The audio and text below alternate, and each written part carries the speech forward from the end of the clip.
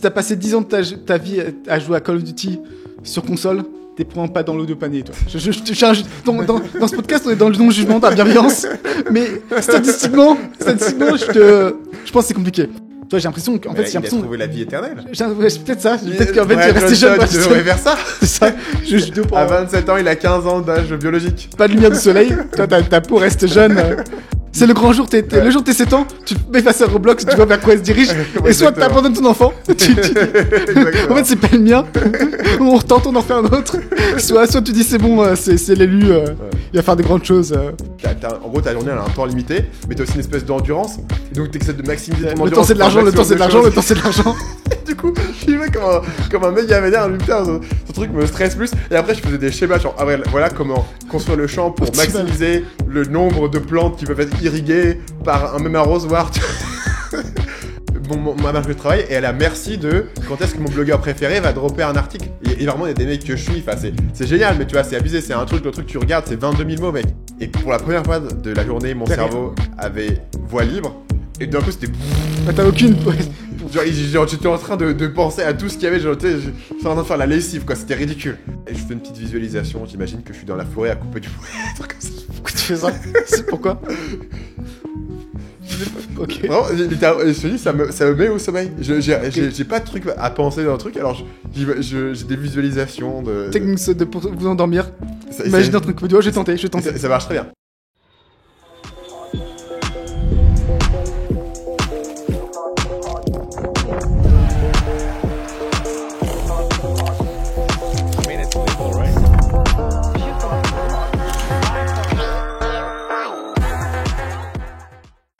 Aujourd'hui, Paul, je voudrais parler de comment créer une boîte de logiciels quand on ne sait pas coder, tes leçons dans ta carrière de pro gamer, des nouvelles de Andrew Wilkinson, un gars dont on a parlé dans un épisode précédent. Moi, j'ai bien aimé son livre, toi, tu le détestes, t'es là ça va. Pour le descendre.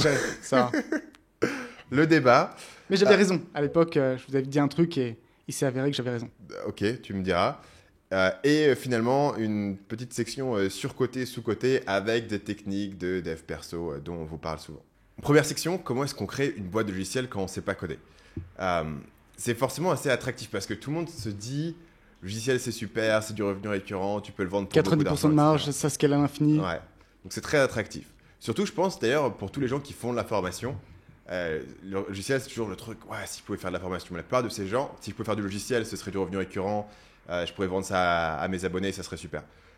Et d'ailleurs, il y a plein de gens un peu dans le domaine, tu vois, du fitness, qui font maintenant des apps de fitness ou de tracking de tes calories, etc., qui marchent vachement bien parce que finalement, c'est plus facile d'avoir une application pour faire ton entraînement que de faire une formation. Enfin, c'est plus facile pour le client. Évidemment, c'est plus dur pour le créateur du produit. Donc, moi, c'est ce que j'ai fait évidemment avec SchoolMaker. Donc, je ne suis pas codeur à l'origine. J'ai réussi à créer SchoolMaker. Et il y a plein de gens en fait, qui ont réussi à le faire. C'est pas aussi ésotérique que ce qu'on pourrait penser, mais tu peux vraiment te planter et te faire très mal. Un exemple de personne qui l'a fait, c'est Guillaume Moubèche. Je ne sais pas si tu connais Lemlist. Ça me dit quelque chose, ouais. Donc c'est un Français, il avait deux associés qui étaient deux frères des développeurs. Ensemble, ils ont créé Lemlist, qui est un logiciel qui sert à faire du cold outreach par email, donc de faire des emails un peu automatisés, mais qui vont contacter des gens que tu ne connais pas pour généralement faire du B2B, de la vente en B2B. Et à un moment donné, la boîte était valorisée à 150 millions. Donc, ils ont vendu 30% de la boîte pour récupérer 10 millions chacun, quelque chose de cet ordre-là. Et ce qui s'est passé après, c'est que du coup, ces associés, ils ont chacun pris 10 millions et ils sont partis. Donc, de base, vu que ce n'était pas un codeur, il a réussi à trouver deux associés, à monter une boîte qui a vachement bien marché. Et après, ils sont partis, il a dû les remplacer. Et c'est dur et c'est stressant parce qu'en fait, c'est un peu une boîte noire. Tu as cet élément, tu as ton produit. Et par exemple, moi, si j'ai une formation et qu'il y a un truc qui pète dans la formation, que les gens me disent « Ok, il y a un problème », je peux toujours aller le résoudre. Pareil sur une vidéo, même si demain, mon monteur, il peut pas faire un truc. Si je devais faire le montage moi-même, ce serait nul, mais je pourrais le faire. Tu vois. Je pourrais tout faire de A à Z si besoin. Je serais jamais entièrement bloqué et il n'y a pas de boîte noire. Dès que tu fais du logiciel et que toi, tu n'es pas codeur, il y a une boîte noire où tu dis « Bon, si le truc, il marche pas et que personne dans la boîte peut le résoudre, potentiellement, on est dead. » quoi. Littéralement, tu peux avoir un bug assez con. Tu vois, tu as des bugs, littéralement. Les gens peuvent plus s'inscrire au logiciel. Et ça arrive tout le temps. Le jour, on utilisait Help Scout, tu vois, une grosse plateforme de support client, et on pouvait plus se loguer dans Help Scout. Le login était cassé, et c'est une boîte énorme, Help Scout. Mais ça arrive tout le temps. Mais après, s'ils ont une bonne équipe de dev, en fait, c'est résolu en une demi-heure, et Et finalement, c'était une demi-heure où tu pouvais pas faire ton support client. Mais en fait, si t'as pas la personne qui peut le résoudre, littéralement, ton truc peut être dead pour un bug à la con qui est tout petit. Du coup, tu penses pas que c'est un incentive un peu étrange? Parce que nous, on a eu un développeur chez nous et je pense pas qu'il le faisait de façon consciente. Mais forcément, tu dis que s'il y a une seule personne, elle a intérêt à le faire le plus compliqué, le plus obscur possible pour être irremplaçable, tu vois. Ouais. Il y a un peu ce côté-là où en fait, plus le code est clair, plus le code est simple, mieux le code est expliqué, ce qui prend plus de temps du coup à faire, plus potentiellement la personne est remplaçable, quoi. Donc je pense qu'il y a beaucoup de boîtes qui se retrouvent un peu dans cette situation où ils sont un peu contraints de garder la même personne parce que c'est la seule qui comprend vraiment ce qui se passe à l'intérieur. Nous, on a eu une version en fait de ce problème où c'était plus, il disait personne n'est assez bon pour me remplacer, toutes les personnes que vous me proposez ils sont pas très bons, etc. Donc en fait on avait du mal à trouver un remplaçant et on savait pas trop si c'était juste parce que le produit, tu vois, parce que le produit qu'on fait, c'est trop science. On n'est pas en train de créer le ChatGPT, tu vois ce que je veux dire. Normalement, il devrait y avoir beaucoup de gens qui sont capables de coder à ce niveau-là. C'est pas un truc de pointe techniquement, mais tu es en mode, ouais, mais du coup, si je suis pas sûr et je prends une personne et en fait, effectivement, la personne n'est pas prête, tu prends un risque qui est énorme en fait. Et donc là, c'est vraiment comment est-ce que tu trouves le développeur. Et il y a un problème énorme, c'est comment est-ce que tu choisis le bon développeur si toi-même t'es pas codeur. Je pense que l'idéal, dans la majorité des cas, c'est de trouver un associé. Même si en fait tu as le budget pour payer la personne, exactement pour ce que tu dis. Parce que si tu payes une personne et que toi tu n'es pas capable d'évaluer exactement ce qu'il fait, et ben tu as un peu cette partie super importante de ton business sur lequel il n'y a pas un ownership en fait. Il y a personne qui est là et c'est son business et il vérifie que c'est bien fait. Alors que si tu as un associé qui est un associé technique, même si lui il recrute des développeurs en dessous, et ben lui, et même lui, il a intérêt potentiellement à déléguer plus tard, c'est ça. En fait, il a intérêt. Ou alors, simplement, tu vois, il est là pour le long terme, versus il est payé tous les mois et si demain il part ou si ça échoue, etc. Donc je pense qu'avoir un associé, ça aide quand même beaucoup et ça diminuera largement ton stress parce que tu auras quelqu'un d'autre qui se casse la tête sur la partie où toi, tu n'es pas capable de casser la tête parce que tu la comprends pas suffisamment bien. Et c'est parfaitement possible de payer en fait une personne et de développer quelque chose et tu peux faire. Il y a des risques qui sont là et l'autre élément, c'est qu'il faut avoir beaucoup d'argent. Parce que ça coûte quand même vraiment cher de développer un produit. Et tu te rends compte que si en fait tu dois payer un développeur senior à son market rate, ça va coûter cher. Et c'est quasiment impossible du coup pour un débutant de faire ça. Par contre, l'avantage si tu fais ça, c'est que du coup tu gardes 100% de départ, etc. Donc potentiellement, ça peut être un meilleur pari de payer un développeur juste, tu vois, 150 000 € par an. Mais c'est un pari d'avoir 100% des départs. Tu prends un risque par rapport à ça. Tu prends un risque parce qu'en fait, si le gars il part, s'il fait mal son truc, etc. En fait, t'as personne qui est commit et tu peux te retrouver avec le truc sur le bras. Et moi, j'ai vraiment eu des périodes, on s'en est tiré, tu vois, mais j'ai eu des périodes un peu de sueur en mode, il y a une personne qui doit partir, on doit mettre une autre personne. Et en fait, cette autre personne, on ne sait pas à 100% si elle va pouvoir tenir le coup. Mais si elle ne tient pas le coup et que je le bug de Hell Scout et que tout d'un coup les gens peuvent plus se loguer et que l'autre il est un peu dans les choux et ça lui prend une semaine, tu vois, de pouvoir régler le truc, on peut vraiment être dans la merde, tu vois. Donc tout d'un coup, tu te retrouves face à des éléments où tu te dis, il faut pas se louper, quoi. Nous, c'est ce qui s'est passé, c'est que pendant environ 10 mois, on a eu un développeur. Et après, il était junior et haut, donc c'était pas non plus un investissement énorme.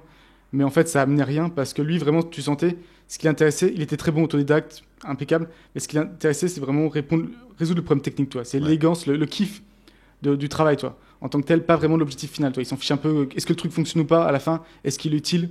C'était pas très important pour lui. Et donc, par exemple, il a passé 2 mois sur des questions de sécurité dont on s'en foutait totalement, parce qu'il n'y avait pas vraiment de problème de sécurité pour ce sujet-là. Mais parce que lui, ça l'intéressait, il trouvait que c'était important, que c'était intéressant, et ainsi de suite. Et donc, on a fini par séparer lui. Et juste après qu'ils sont séparés, on a un autre gars dans l'équipe qui est juste bon en spreadsheet, qui est de base pas développeur. Il l'a connecté à l'API d'Amazon et tout ce qu'on voulait faire, ça a été fait en littéralement 2 jours, quoi. Donc, j'ai aussi cette problématique la majorité des développeurs, c'est plus des artistes que vraiment il manque un peu le côté pratique, la façon la plus directe de faire les choses. Et du coup, il faut aller vers les seniors. Et c'est là que tu commences à payer très cher. Et c'est là, en fait, où tu te rends compte que tu te dis, mettons, tu veux monter un SaaS. Tu dis, OK, moi, je sais faire du marketing. Je vais prendre un mec qui sait faire du code. Et ensemble, marketing plus code, on a une équipe gagnante. En fait, tu te rends pas compte, mais tu as un énorme gap dans cette équipe. Gouffre, ouais. Et le gap, c'est le produit. Et moi, c'est vraiment ça, c'est comme ça que mon premier logiciel a été détruit, quoi.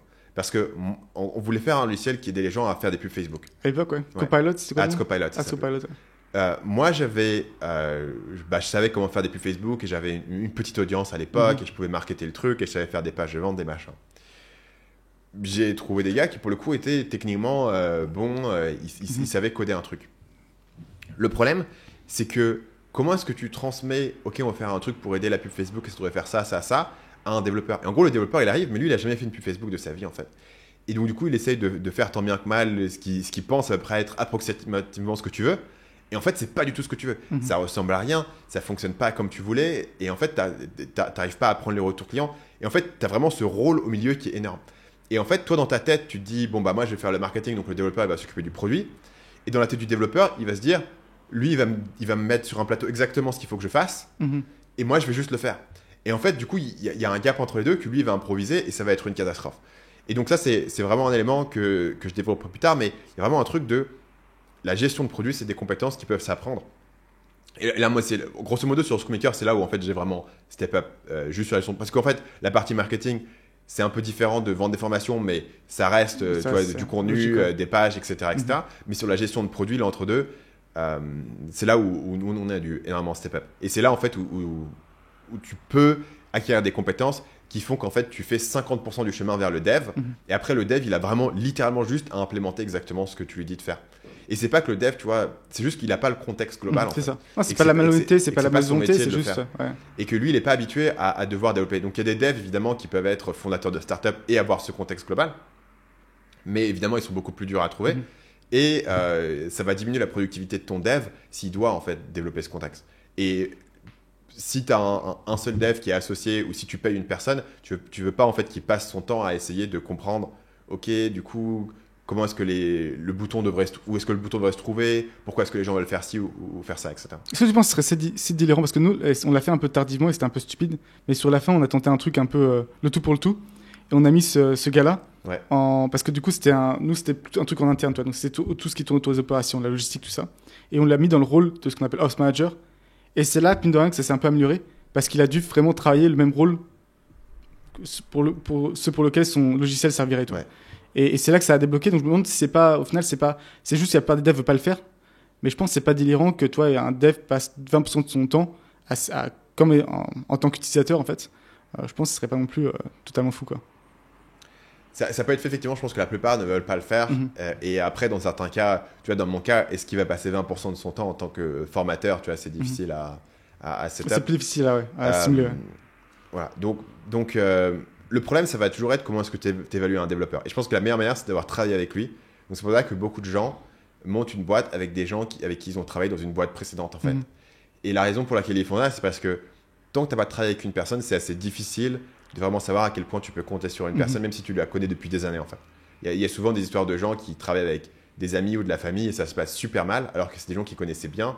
Pourquoi? Parce que, mettons, si tu as un ami, tu le vois uniquement dans des circonstances où là, tout se passe bien et il n'y a pas d'enjeu, il n'y a pas de conflit et tout. Et en fait, il y a des gens qui se maintiennent pas très bien sous la pression ou sous le conflit. Et là, tu peux vraiment avoir des problèmes. Donc, avoir travaillé avec une personne sur des projets, c'est l'idéal. C'est un peu le même concept que quand une personne se met en couple et après, ils vont partir voyager pendant 2 semaines quelque part. Et d'un coup, ils sont ensemble tout le temps et ils sont sous pression. Il y a le stress, le voyage et le machin. Et parfois, en fait, ça se passe très mal. Mais c'est une manière de tester avec une certaine pression le couple.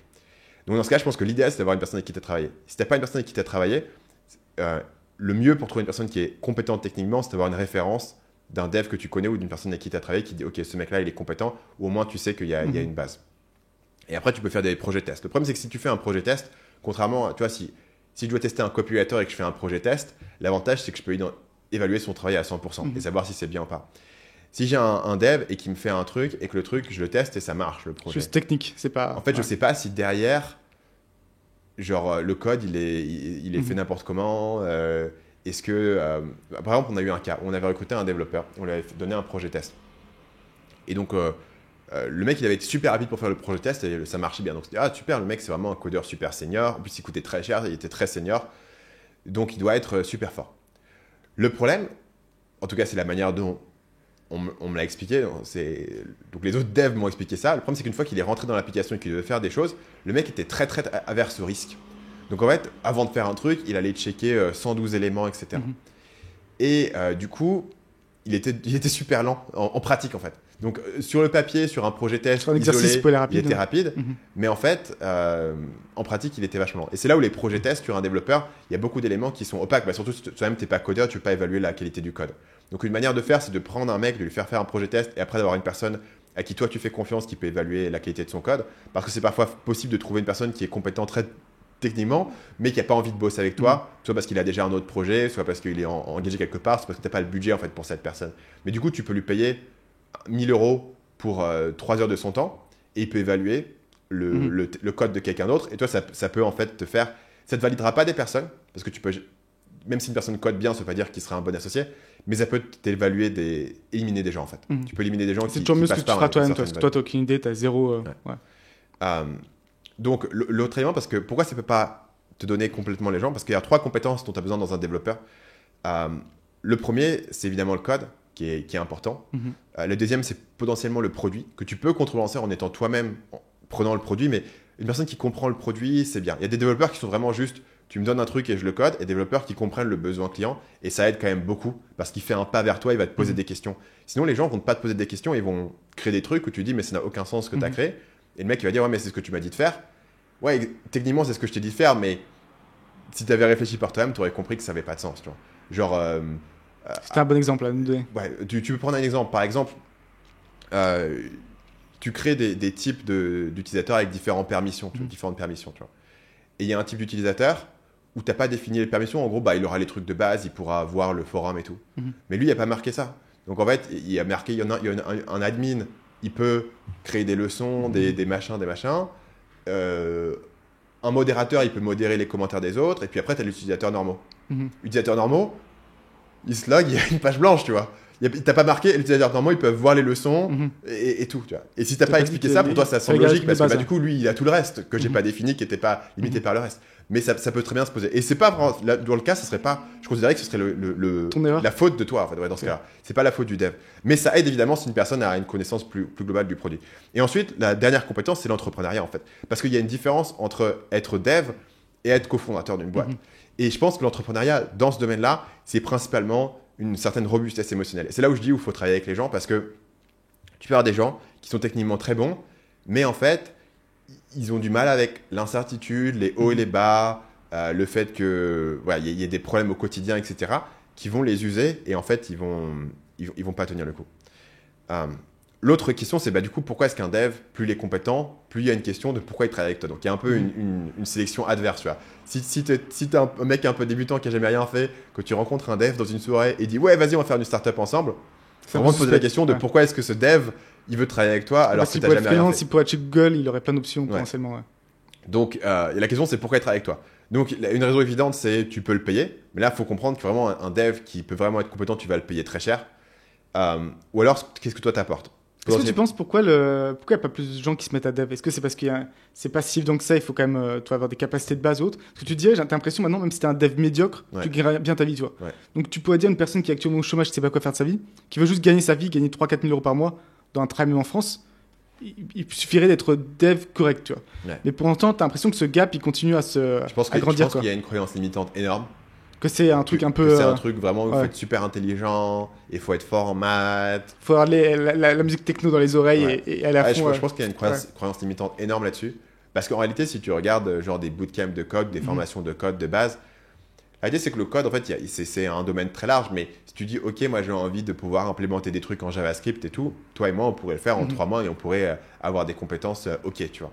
Après, est-ce que tu vas créer des algorithmes de recherche chez Google? Tu vois, c'est beaucoup plus compliqué. Peut-être que là, il faut avoir. C'est vrai que c'est un truc c'est un peu comme entrepreneuriat où c'est un truc, tu as le boulanger et tu as Jeff Bezos. C'était un peu ça aussi pour les développeurs. C'est un peu, imagine, il y a 15 ans, quand les gens se disent, ouais, mais entrepreneur, du coup, c'est être Mark Zuckerberg. Moi, je ne vais jamais être Mark Zuckerberg. En fait, je ne peux pas être entrepreneur. Mais aujourd'hui, tu te dis, ouais, tu peux être entrepreneur, tu peux faire ton petit site e-commerce. Et en fait, voilà, tu as plus en commun avec le boulanger qu'avec Zuckerberg, finalement. Tu vois, il y a cette croyance limitante de qu'est-ce que c'est qu'être entrepreneur. Et les gens se disent, OK, codeur, c'est un mec qui est un énorme nerd, qui a fait MIT et tout. Alors qu'en fait, il y a une grande gamme de codeurs possibles. Et il y a des trucs qui sont vachement plus simples. Mais les gens n'arrivent pas à se projeter dedans. En fait, moi, codeur, ils n'arrivent pas à se projeter dedans. En plus, le combo aussi codeur-entrepreneur, il est incroyable. Quoi. Ouais. Je connais pas mal de mecs qui ont fait notamment tous les petits trucs, tu vois, les extensions, les petits SaaS et autres. Et c'est un des meilleurs moyens potentiellement de très bien gagner. Quoi. Donc voilà, pourquoi est-ce que le mec se met avec toi? Soit tu as de l'argent pour le payer et investir dedans, soit tu apportes une audience. Je pense que ça c'est l'idéal parce que beaucoup de développeurs ont vraiment cette peur du marketing. Et donc si tu peux démontrer que tu as déjà dérisqué cet élément-là, ça aide beaucoup. Ou alors tu as des compétences marketing prouvées, mais faut vraiment les avoir prouvés de vrai. C'est le cas de Guillaume Houbèche, par exemple. Guillaume, il n'avait pas une audience préexistante, il avait juste des compétences marketing, il a réussi à convaincre des mecs de se mettre avec lui. Et c'est un des rares cas, je trouve, où il a réussi à grossir Avoir assez cette vite valeur, pour que eux, ils restent. Parce qu'en fait, ça prend du temps de monter une boîte. Et si le développeur perd confiance dans le marketeur parce que ça prend trop de temps, ou alors si le marketeur perd confiance dans le développeur parce que le produit se développe trop lentement, en fait, tu vois, ils vont pas rester dans le bateau assez longtemps. Et donc, eux, c'est un des rares cas où vraiment ils ont réussi à faire le dev, et le monter. S'il est bon entre deux, il aura des très bonnes propositions, donc il va pas rester 2 ans. Il a un coût d'opportunité qui est énorme, tu vois. Ce qui n'est pas forcément le cas d'un marketeur de base et tout. Tu vois, un marketeur tout seul, il a pas grand-chose. Donc, remarque, ça dépend encore une fois. Mais, ça dépend, mais encore une fois, c'est là où ça dépend, tes compétences marketing, elles sont prouvées. Si tu as été dans une startup et que tu as aidé leur marketing à passer de 100 000 euros par an à 5 millions par an, là, tu as des compétences marketing qui sont vraiment prouvées. Alors, si tu dis, ouais, ok, bah, j'ai regardé des vidéos sur un YouTube, tu vois, je suis abonné à Marketing Mania. Il y a peu de raisons que le développeur il ait envie de bosser avec toi. Et je pense que là, il y a vraiment cet élément où, en fait, si tu n'as pas d'audience et si tu n'as pas d'argent, je pense qu'il faut chatter sur un junior dev, peut-être un pote à toi qui en fait est au tout début et qui va être très bon, quoi. Et il faut que tu aies un insight très particulier sur ton marché, en fait.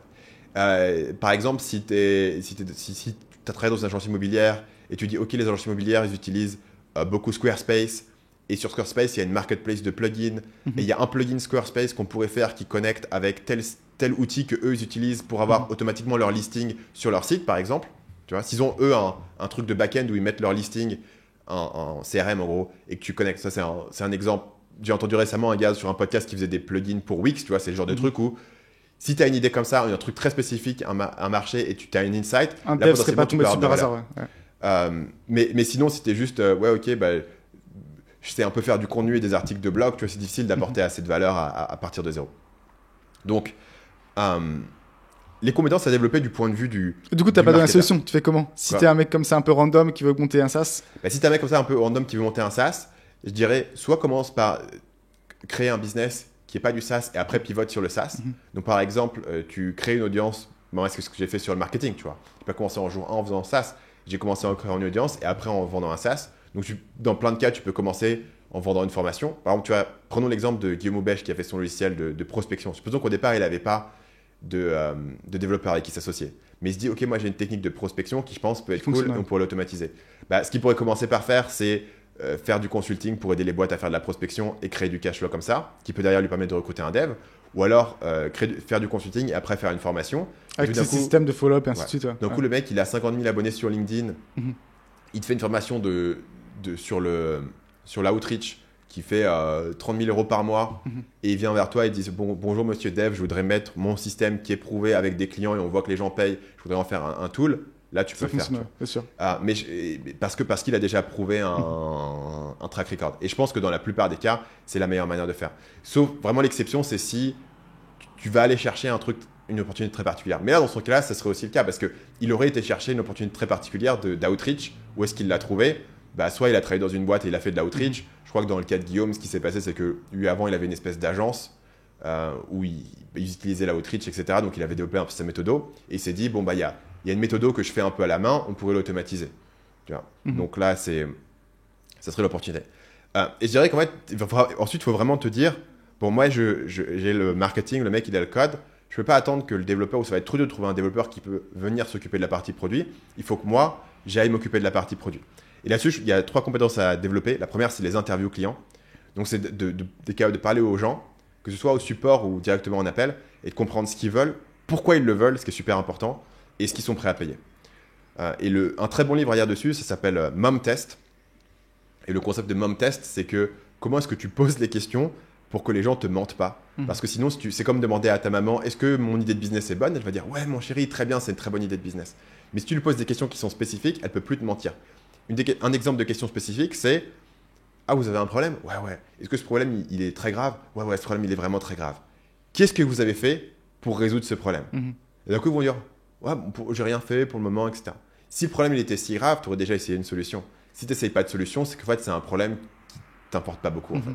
Donc, et le livre te donne plein de questions de ce type-là. Est-ce qu'il y a aussi des trucs sur le fait de justement, est-ce que la personne est prête à payer?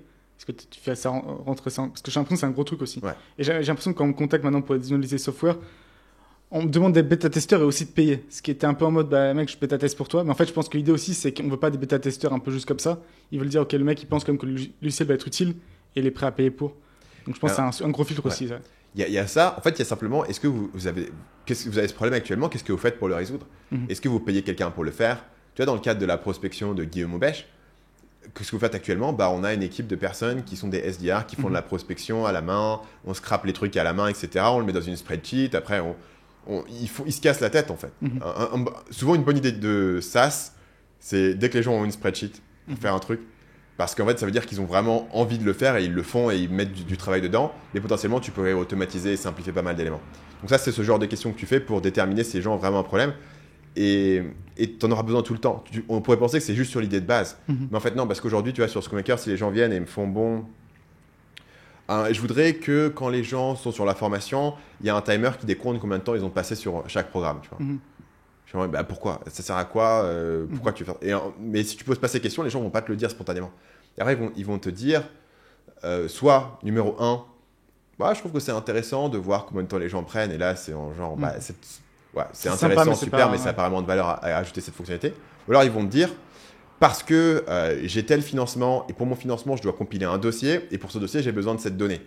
Et là, tu fais, OK, bon, actuellement, comment vous compilez la donnée? Eh bien, actuellement, on demande aux gens de littéralement écrire leur nom quand ils sont connectés à un truc pour pouvoir traquer le temps qu'ils ont passé sur la formation parce que c'est la seule manière de faire. Et donc là, tu dis, OK, bon, ils se font déjà chier pour le faire, ça veut dire qu'il y a une valeur, tu vois. Et tu poses ces questions de follow-up toujours pour déterminer en fait le pourquoi, comment et qu'est-ce qu'ils font actuellement pour le résoudre. Le deuxième élément, ça va être ce qu'on a dit tout à l'heure, on en a parlé, mais comment est-ce que tu définis les features et comment est-ce que tu les communiques de manière très claire. Et là, vraiment, il faut apprendre à réfléchir dans le moindre détail. Parce que le développeur, lui, il ne peut pas faire abstraction. Quand il doit créer son utilisateur, il doit exactement définir qu'est-ce qu'il peut voir ou non. Tu vois. Toi, dans ta tête, tu dis, bon, bah voilà, il y a un bouton, il y a un machin. Je vais donner un exemple. C'est que si tu crées un truc où tu peux créer des leçons dans une formation sur ScoreMaker, au départ, tu pouvais créer des leçons, mais tu ne pouvais pas les supprimer. On n'avait pas de bouton. Donc en fait, quand tu crées une leçon, tu étais coincé avec. Pourquoi? Parce que j'avais pas écrit, il y aura aussi un bouton pour le supprimer. Et tu vois, dans ma tête, c'était un peu évident, c'était un peu implicite. Mais pour le logiciel, ça l'est pas. Il faut qu'on ait codé le truc, il faut qu'on ait mis le bouton, il faut qu'il soit quelque part. Et vraiment, au départ, tu loupes mais énormément de trucs comme ça. Et après, on te renvoie quelque chose qui fait exactement ce que tu as dit de faire, mais qui n'est pas fonctionnel. Parce que, ah merde, j'ai créé une leçon par erreur, je suis coincé avec. Tu vois, des éléments comme ça. Et tu vas quasiment coder entre guillemets le truc en langage naturel, expliquer tout ce qui va se passer. Et là-dessus, il y a des techniques spécifiques que tu peux apprendre. La première, c'est les wireframes. Donc les wireframes, c'est juste dessiner le truc sans qu'il soit fonctionnel. Tu peux le faire soit à la main, soit tu peux utiliser un tool qui s'appelle Figma. Et Figma, c'est assez facile à utiliser. Tu drag and drop des éléments, mais tu as quelque chose où il n'y a pas d'ambiguïté. Et si tu regardes ton Figma et qu'il n'y a pas de bouton supprimer, il n'y a pas de bouton supprimer. Parce que si il y aura un bouton supprimer, le mec, il va le mettre dans le footer, en haut, en bas, il ne sait pas où le mettre, en fait. Et ce n'est pas à lui de le décider, il faut vraiment que toi, tu puisses le décider à l'avance. Et l'autre élément, c'est les user stories. Les user stories, c'est écrire toutes les actions qu'un utilisateur peut faire, et c'est à la première personne. Donc, c'est genre, je me connecte sur le site et je vois le dernier programme où je me suis connecté. Quand je clique sur le programme, j'arrive à la dernière leçon que j'ai vue. Ça, c'est littéralement chaque clic, chaque action possible qui est définie du point de vue de l'user par rapport au truc. Donc, s'il n'y a pas marqué je clique sur le bouton supprimer pour supprimer la leçon et que le mec il n'a pas mis de bouton supprimer, c'est pour ta pomme. Mais tu apprends vraiment à réfléchir dans ce niveau de détail. Alors, tu n'arrives jamais à voir 100% des éléments, mais tu peux y arriver à 95%. Parce que sinon, tu te rends compte que si tu y es à 70% et que la personne te code un truc et qu'il y a 30% à refaire par-dessus, c'est horrible, quoi. Il y a énormément de travail à redupliquer, il faut tout rechanger. Par exemple, si tu voulais avoir un bouton il y a un exemple que j'ai vu récemment sur ScoreMaker très, très spécifique. Quand tu paramètres le prix sur un produit par abonnement, je suis en mode, du coup, il faudrait qu'il y ait un truc où tu peux faire un essai gratuit. Si j'ai un programme par abonnement, tu peux faire un essai gratuit de 14 jours. Le problème, c'est que quand on a fait le brief original pour cette feature, on n'a pas spécifié où est-ce que ça devrait être. Donc, c'est sur une autre page. Il y a une autre page de paramétrage où tu peux faire un essai gratuit. Mais du coup, tu fais ton produit par abonnement et tu es en mode, du coup, je veux mettre un essai gratuit. Où est-ce que c'est sur une autre page. Maintenant, il faut qu'on change ce truc d'une page à l'autre. Et c'est pas du tout trivial en fait. Juste parce que ça n'a pas été pensé en amont, ça a été fait autre part. Et maintenant, il faut refactorer le truc pour le remettre au bon endroit. Et c'est là où en fait, tu te dis, la productivité des développeurs, elle dépend vachement de la qualité de ce que tu leur donnes en termes de réflexion de produits en amont. Mais ce qui est intéressant, c'est que c'est purement C'est un truc que tu peux purement apprendre en regardant beaucoup de tools et en te posant la question et en te confrontant au problème. Et dans beaucoup de cas, tu te confrontes à un problème et tu te dis ouais, c'est vraiment chiant, je sais pas où mettre ce truc. Et en fait, tu te rends compte que c'est des problèmes, des décisions qui sont vraiment dures à prendre. Et que si tu la laisses à un dev qui, lui, en plus, doit l'implémenter en même temps, il va faire au plus simple. Et par ailleurs, l'implémentation technique va impacter la manière dont lui va le faire. Donc, il va le faire de la manière la plus simple d'un point de vue technique. Alors que toi, tu peux le faire de la manière qui est le mieux pour le user. Comme tu n'as pas toi-même à implémenter. Et après, tu peux négocier avec le dev où il te dit si on le faisait différemment, ce serait beaucoup plus simple. Mais tu vois, toi, tu représentes le user et lui représente la technique et vous pouvez négocier ensemble. Versus si c'est lui qui doit tout faire lui-même. Et faire ce qui est plus simple pour lui, il va faire ce qui est plus simple. Ouais. Et donc, parfois, ce que tu as, c'est que genre, tu as un truc et tu as des champs et le bouton pour valider, il est en haut au lieu d'être en bas. Tu te demandes pourquoi le bouton il est en haut. C'était plus simple de le faire d'un point de vue technique. Évidemment, d'un point de vue user, quand tu es en train de faire le truc et tu cherches le bouton, tu le cherches en bas et il n'est pas au bon endroit.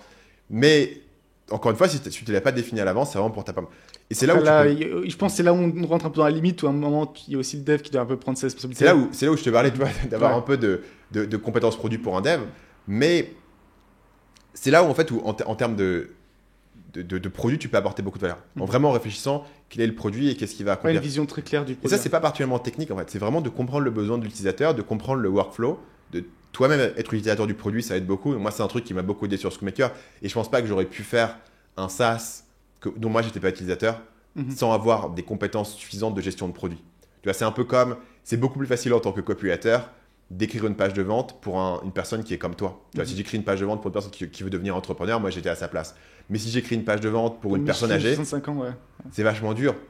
C'est possible, mais c'est beaucoup plus dur en tant que copywriter. Il faut vraiment que tu rentres dedans, il faut que tu aies un travail de recherche beaucoup plus fort. Et c'est plus de skills. Et de la même manière, pour du SaaS, si je crée un SaaS pour les formateurs, alors que moi, je vais l'utiliser et je sais exactement ce que je veux, etc., c'est beaucoup plus facile. Alors que si je devais créer un SaaS pour une entreprise dans le bâtiment en B2B, mes compétences produits, elles ne seraient pas du tout au niveau. Tu vois.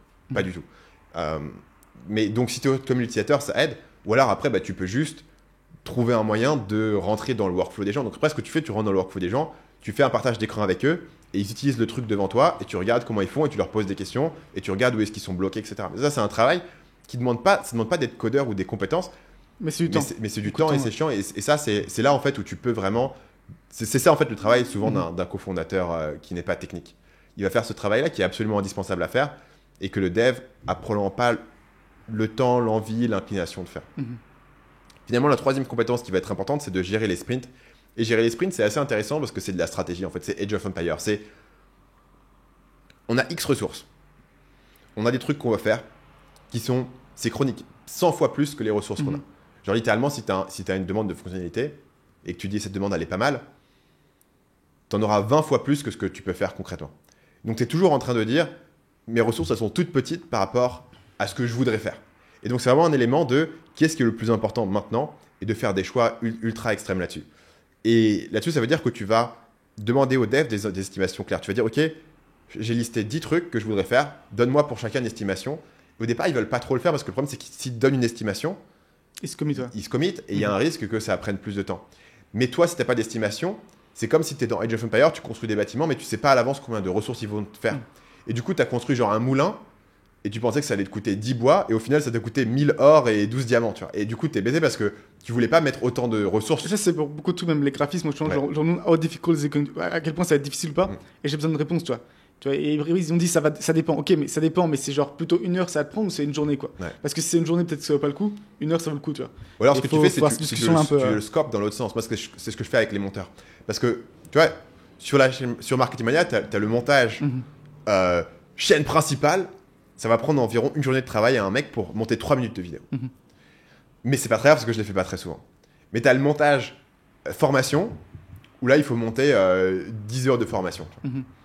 Et donc, ce que tu leur fais, c'est que tu leur dis, OK, là, je veux un montage qui te prend environ 1 jour par vidéo. Et donc, tu mets le curseur en toi donnant l'engagement que tu es prêt à mettre dessus. Et tu peux faire la même chose avec l'élève en disant, OK, ça, c'est une feature que je veux faire et je suis prêt à passer 3 semaines dessus. Qu'est-ce qu'on peut faire ? Alors, là, OK, on peut pas, le truc où on peut personnaliser les couleurs et tout, on va pas pouvoir le faire parce que ça va poser trop de problèmes et tout, ça prend trop de temps. Mais ça, par contre, tu vois, tu négocies avec eux en fonction, toi, de ton appétit initial. Et ça, je pense que c'est une bonne manière de le faire plutôt que de dire, OK, je te donne tout le truc, combien de temps ça va prendre ? Parce que tu leur donnes tout le truc, tu as fait ta liste idéale de fonctionnalités. Et en fait, ils disent, OK, ça va prendre 3 mois. Et t'es en mode, on peut pas passer 3 mois dessus. Alors que si tu dis, ok, voilà toute la liste, moi je suis prêt à passer 1 mois, ils vont me dire, en 1 mois, on peut faire ça, et t'as un peu la version minimale, et ça aide beaucoup.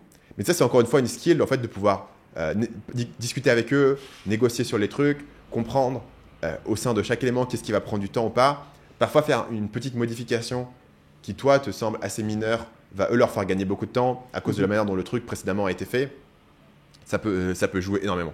Donc, il y a un bon livre là-dessus qui s'appelle Shape Up, qui est créé par Basecamp, ceux qui créent le logiciel Basecamp de gestion de projet. Et je crois que ShapeUp, c'est gratuit. Et dans ce truc-là, ils expliquent leur cycle de 6 semaines. Et ce qui est intéressant, c'est qu'en gros, le cycle, il est de 6 semaines. Et si le truc, il n'est pas fini au bout de 6 semaines, on essaye de réduire en fait le scope plutôt que d'allonger la période. Donc, on va diminuer le nombre de features. Ou si vraiment au bout de 6 semaines, on n'a pas fini, on va vraiment se poser la question de si on continue. Et ça, je pense que c'est les cas où nous, sur SkuMaker, on s'est lancé dans des espèces de bérésina.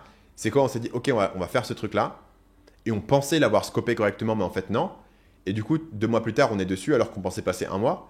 Mais on a un peu un sunk cost. Bon, on a passé 2 mois dessus, il faut bien qu'on le finisse. On va pas passer 2 mois à la poubelle. Le problème avec mon truc qui a pris 10 mois, c'était prévu pour 3 mois, tu vois. Ouais. Et à chaque fois, c'est dans 2 semaines, ce sera bon, 2 semaines, ce sera bon. Ah non, en fait, il manque ça. Et en fait, ça peut continuer très longtemps. Et pour éviter ça, ce que eux font en tout cas, et ce que nous, on a commencé à faire maintenant, c'est de dire, OK, on va passer 6 semaines à faire ça. Voilà ce qu'on peut faire en 6 semaines. Au bout de 6 semaines, on va évaluer.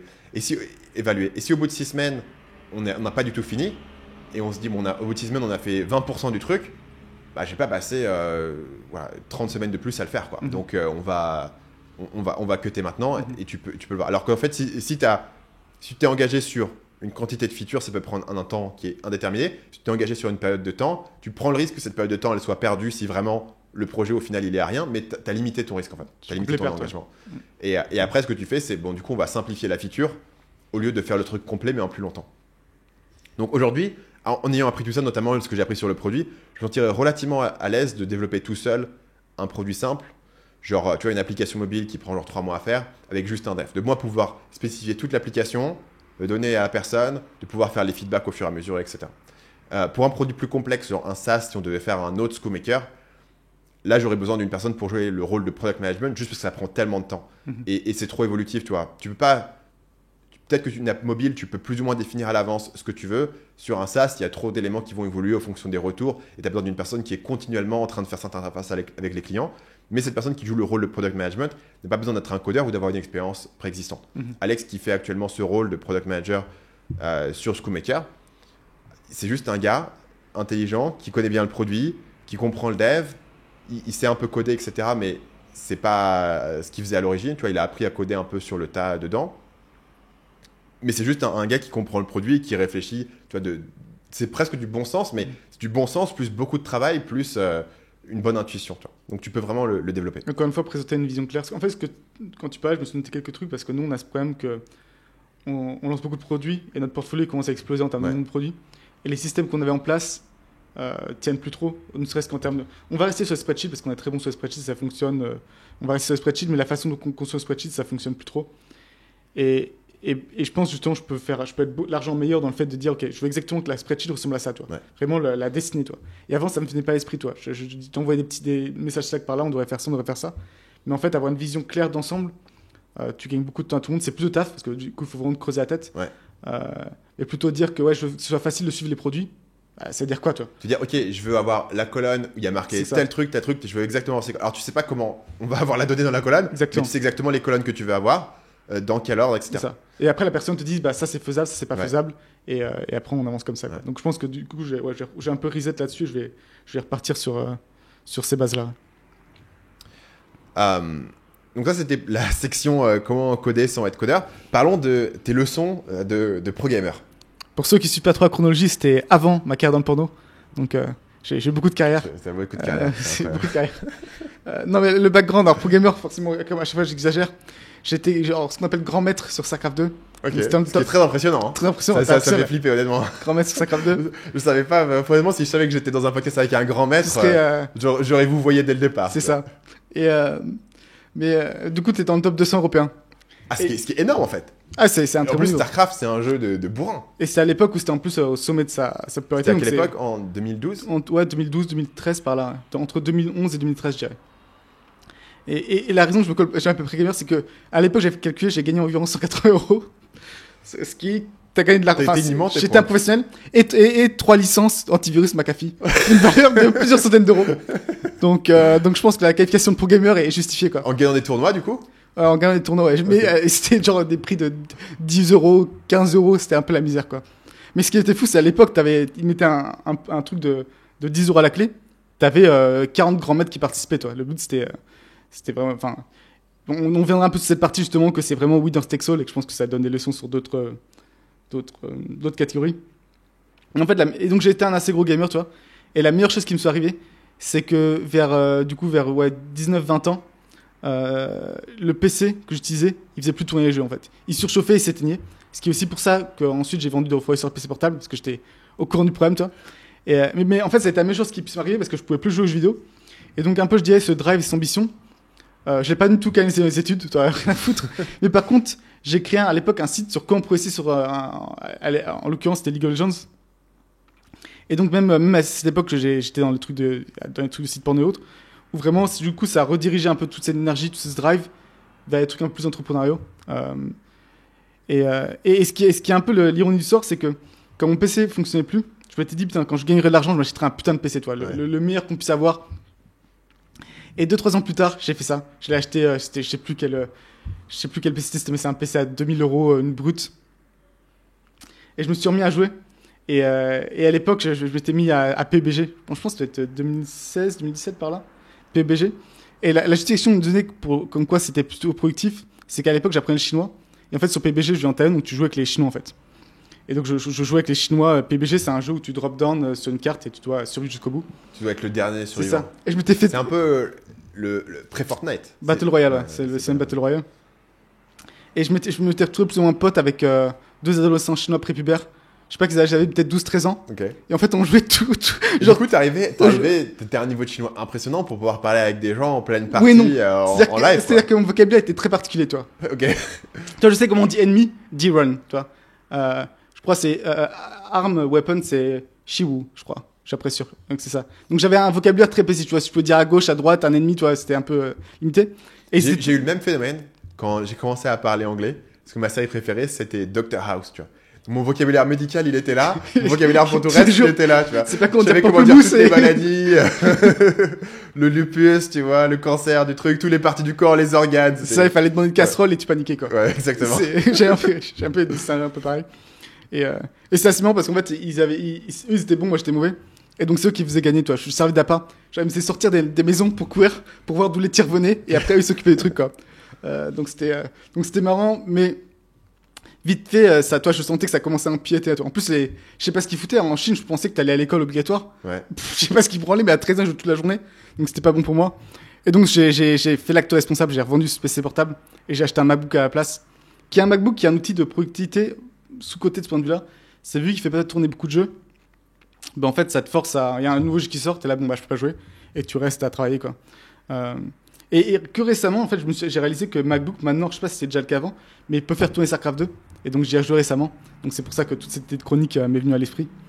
Et alors, t'as gardé des bases de StarCraft, parce que je pense que StarCraft 2, aujourd'hui, il reste que les énormes bourrins qui ont pas quitté le truc après 20 ans. T'as les mecs littéralement qui jouent depuis. Le jeu est sorti à 12-13 ans, ils ont joué non-stop. Et aussi, le jeu s'est beaucoup accéléré, toi. Ils ont rajouté des unités qui sont plus rapides. Et donc, on parlait, c'est un de mes problèmes. Et du coup, j'ai du mal à suivre. Je crois que je me suis retrouvé de diamant, tu vois, ce qui est pas. Je sais pas ce que ça veut dire. T'as bronze, argent, or, du coup, platinum, diamant, master, grand master. Ah, c'est pas mal, du coup, diamant. C'est pas mal, mais c'est pas. Entre grand maître et diamant, toi, c'est l'équivalent. Toi, tu joues en Ligue 1 et tu te retrouves en CFA, toi. Peut-être encore en dessous, tu vois. Je sais pas ce qu'il y a en dessous de la CFA. Et t'as joué combien de temps pour arriver diamant? Où j'ai quand même bien cramé le jeu pendant 2-3 ans, ouais, pas mal, okay. À ce niveau-là. Mais récemment, du coup? De quoi? Récemment? Ah non, là diamant. Ouais. Non, diamant, j'ai joué 2-3 mois. Okay. Et, non, à peine en fait. Après, c'est juste avec mes bases que je suis monté diamant parce que je suis pas trop débile. Mais c'était juste avec les bases que j'avais avant. Mais je sens que le niveau est quand même encore monté, quoi. Et donc, je me suis noté quelques trucs qui je trouve intéressants par rapport aux jeux vidéo, qui pourraient être utiles pour tout le monde. Un, c'est que je trouve que le jeu vidéo, c'est un révélateur intéressant de personnalité. Parce que c'est un truc que, mine de rien, tu choisis assez tôt quand t'es enfant, tu vois. Et donc, je pense réfléchir aux jeux vidéo autour desquels on gravitait quand on est enfant, adolescent, c'est un assez bon signe de ce qui nous intéresse naturellement. Toi, c'était quoi avec tes jeux, les jeux auxquels tu tournais à l'époque? Au départ, j'étais beaucoup sur les jeux de stratégie. J'avais Age of Mythology et j'avais Ça me surprend Kozak pas. Ouais. sur PC. Après, j'avais les Sims. Je kiffais les Sims. Les Sims 2. Je faisais les maisons, les personnages et tout. Je kiffais bien. Après, j'avais beaucoup. Quand j'étais plus petit, c'était beaucoup. Moi, j'étais beaucoup Nintendo, genre les Pokémon et tout. Ok. Voilà. Mais même Super Mario et tout. Tu vois, je kiffe bien ce genre de trucs. Ah, c'est variable. Parce qu'en fait, je pense que t'as un peu des catégories de jeux différentes, donc ta stratégie, ce que tu disais. Et tu remarques qu'il y a un gros taux d'entrepreneurs qui ont joué à fond aux jeux de stratégie. C'est un truc qui revient. À l'inverse, tu vois, il y a des trucs du style RPG, où justement, parce que moi, maintenant, c'est un bout de temps maintenant que je pose la question entretien sur les jeux vidéo que les personnes jouent, et tu remarques un peu les trends. Et par exemple, les graphistes, ils ont un gros taux de RPG, parce que je pense qu'aussi, ils sont naturellement plus sensibles à l'aspect un peu création du monde, l'aspect visuel, voilà, l'aspect graphique, justement. Il y a toute la catégorie shooter, ça, c'est pour les débilos. Moi, shooter, j'ai jamais aimé les shooters parce que j'étais pas très bon et j'aimais pas perdre. Moi, je me dis, si t'as passé 10 ans de ta vie à jouer à Call of Duty sur console, t'es probablement pas dans l'eau de panier, toi. Dans ce podcast, on est dans le non-jugement, dans la bienveillance, mais statistiquement, je pense que c'est compliqué. Parce que même si t'as même pas eu l'intelligence de passer sur PC pour être un peu meilleur, c'est que probablement, bref. Il y a aussi tout ce qui est intéressant, tous les jeux de gestion. T'as des jeux un peu style Factorio ou autre, où ça, je pense, ça convient aux gens qui sont un peu cadrés, toi. J'en avais un qui convenait aux psychopathes. C'était Theme Park World, mec. Ok, ça me dit rien. Tu crées un parc d'attractions. Ah si, ok. Ouais. Et après, tu fais des trucs, tu augmentes le sel dans les frites pour que les gens ils boivent plus de soda et tout. Et après, tu pouvais vraiment hacker le truc. En fait, tu avais des attractions où tu pouvais rentrer à un endroit et sortir à un autre. Ce qui disait que tu pouvais construire ton parc. Tu les forces à passer partout. Les gens rentrent, ils font une attraction, et après, ils peuvent jamais sortir, en fait. Et comme en fait, tu es récompensé dans le jeu par rapport au nombre de personnes qui sont dans le parc, les gens ils restent à vie dans ton parc, ils peuvent pas sortir, ils sont super malheureux, ils vomissent par terre et tout, mais c'est pas grave parce que t'as des balayeurs pour nettoyer le vomi. Mais ouais, tu augmentes le nombre de personnes dans ton parc, tu leur prends tout leur argent jusqu'à ce qu'ils aient $0 et tu augmentes à l'infini et tu pouvais faire des trucs absolument pervers. Et finalement, c'était le truc le plus drôle à faire parce que tu pouvais vraiment hacker le jeu de cette manière et t'étais pas puni pour. Ouais, ils savaient pas penser à un mécanisme où il fallait que les gens soient contents. Si les gens peuvent pas sortir. Le FBI arrive, je sais pas, leur famille appelle la police. Tu vois. Donc, voilà. Et après, en catégorie, t'as un peu le jeu style aussi Kerbal Space Program. Pareil, il y a quand même une typologie de gens qui kiffent ce jeu et qui. J'ai essayé une fois de jouer à ce jeu et j'avoue que c'était au-delà de mon niveau. Faut rentrer dedans, faut être un peu ingénieur, faut rentrer dedans quoi. Ou alors, faut aller faire des tutoriels et tout. Je pense que je jouais à l'époque de la alpha. C'était un peu comme Minecraft au départ, quand tu jouais à Minecraft. Si t'étais pas genre sur internet et sur des tutoriels, tu comprenais rien. Et Kerbal, c'est un peu la même chose. Il faut vraiment avoir une deuxième fenêtre ouverte pour aller te renseigner et tout.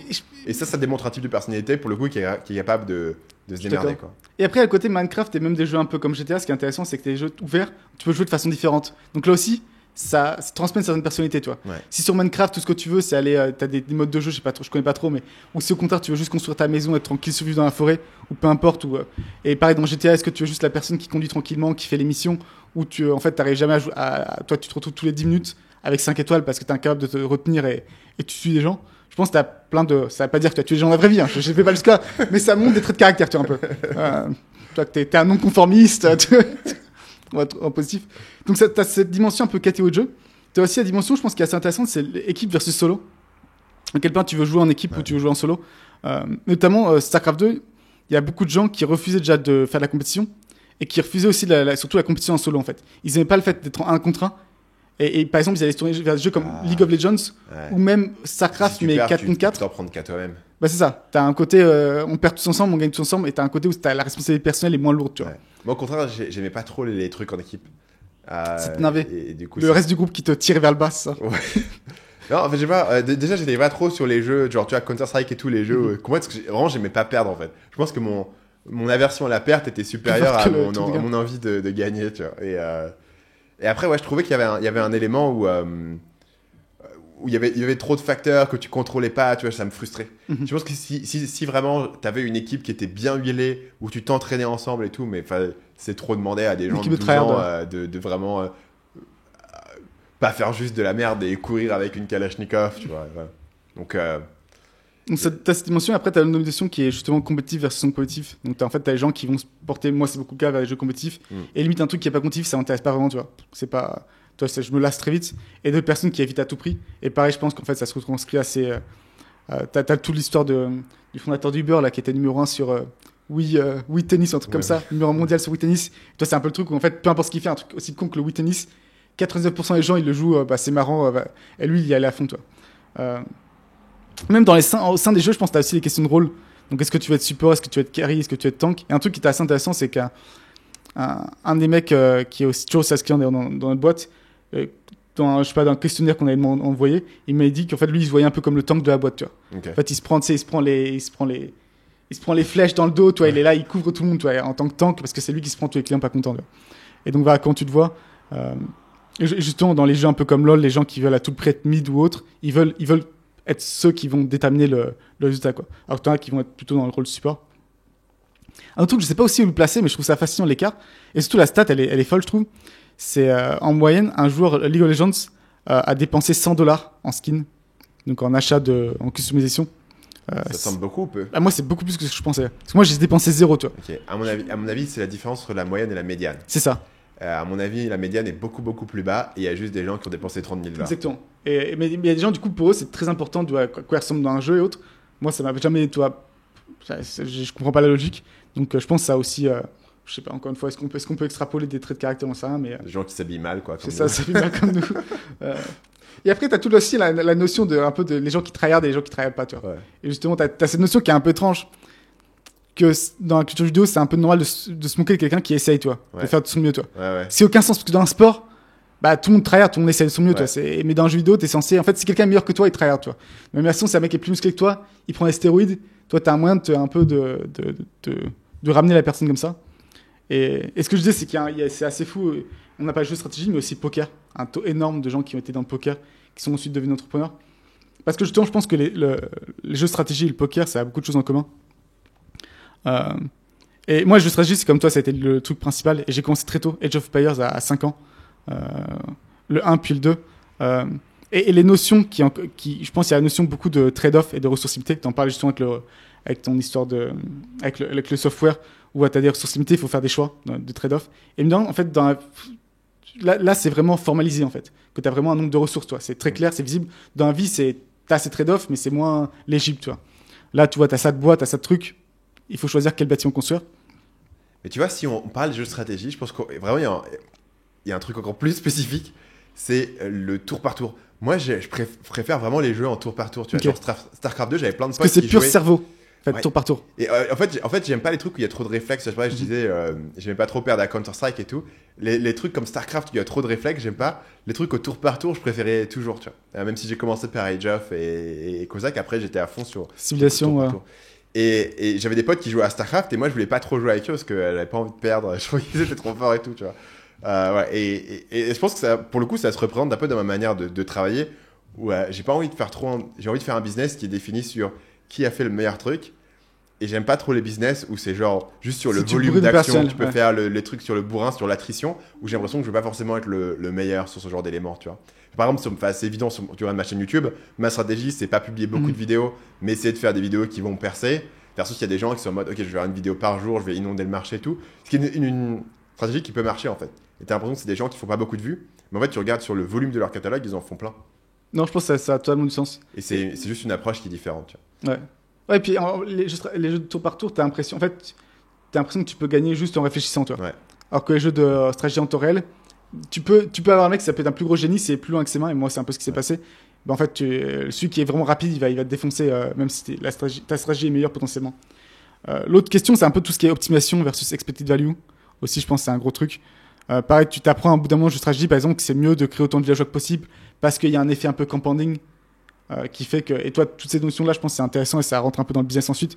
Un truc tout con, mais dans le projet de stratégie, tu commences, tu as ta base et 5 payants, toi. Et après, tu fais grossir le truc, toi. Et pareil, je pense qu'il y a un truc avec le business aussi, tu commences toujours petit, toi, quoi qu'il arrive. Et le truc aussi, c'est toujours penser au futur, quoi. C'est quoi le plan, c'est quoi le plan? Il y a une raison pour laquelle tu fais chaque action, qui je pense que tu retrouves dans un jeu stratégique, que tu retrouves moins dans d'autres jeux potentiellement. Donc ça, je pense, c'est spécifique au jeu stratégie. Ensuite, il y a toute la partie compétition qui est vraiment intéressante aussi. Notamment, ce que tu avais dans StarCraft 2, c'était le concept de replay. Donc, en fait, après que tu aies fait une partie, tu pouvais revoir ta partie. Et ce qui est intéressant dans ça, c'est qu'en fait, tu vois que c'est très rare de façon générale pour les gens un peu de remettre en question ce qu'ils ont fait, tu vois. Et que tu vois des gens qui peuvent faire le même boulot pendant 40 ans, 7 heures par jour. Donc t'imagines le volume. Et en fait, ils régressent. Ou ils restent médiocres, peu importe. Toi. Et toi, tu regardais des replays de tes matchs? Le problème, c'est que tu as envie de jouer, tu n'as pas forcément envie de regarder le truc, tu n'as pas envie de trop te poser des questions. Alors, le truc qui se passe, le truc un peu là-dedans, c'est que souvent, ce qui se passe, c'est que tu as aussi beaucoup regardé celle où tu gagnes pour dire putain, j'étais vraiment incroyable, regarde celle où j'ai défoncé, toi, j'ai la tête. Mais si tu es obligé de regarder, tous les meilleurs, ils sont obligés de regarder. C'est pas, en fait, c'est incroyable parce que tu peux identifier là où tu as perdu, en fait.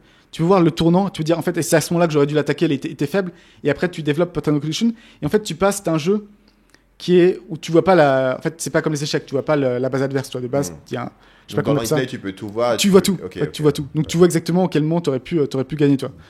Tu vois et autant c'est très rare dans la société de façon générale.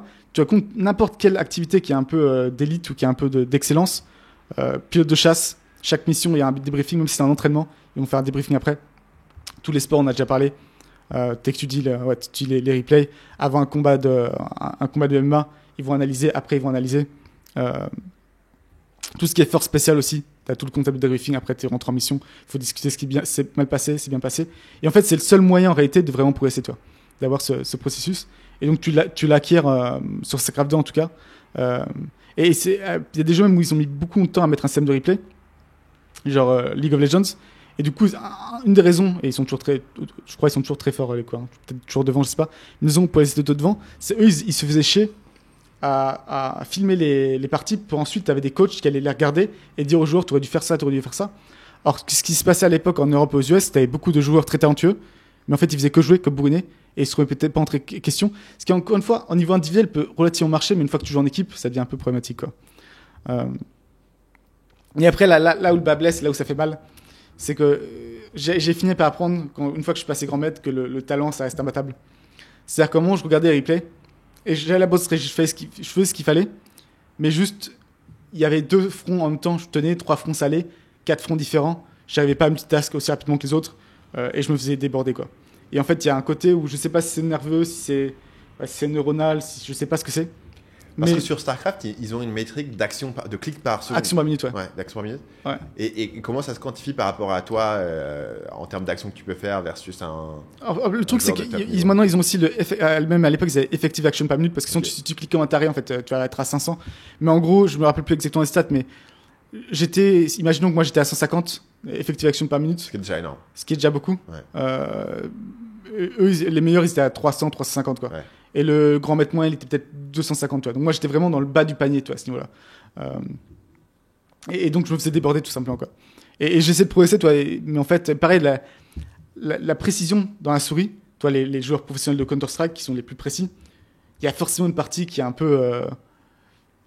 je sais pas si c'est inné ou... Mais en tout cas, tu peux pas entraîner, toi. Tu as une limite de ce que tu peux... À quel point tu peux être précis. Dès que tu regardes les meilleurs d'un domaine, tu retombes sur la génétique, quoi. C'est ça. Les Jeux Olympiques, c'est pareil, tu vois.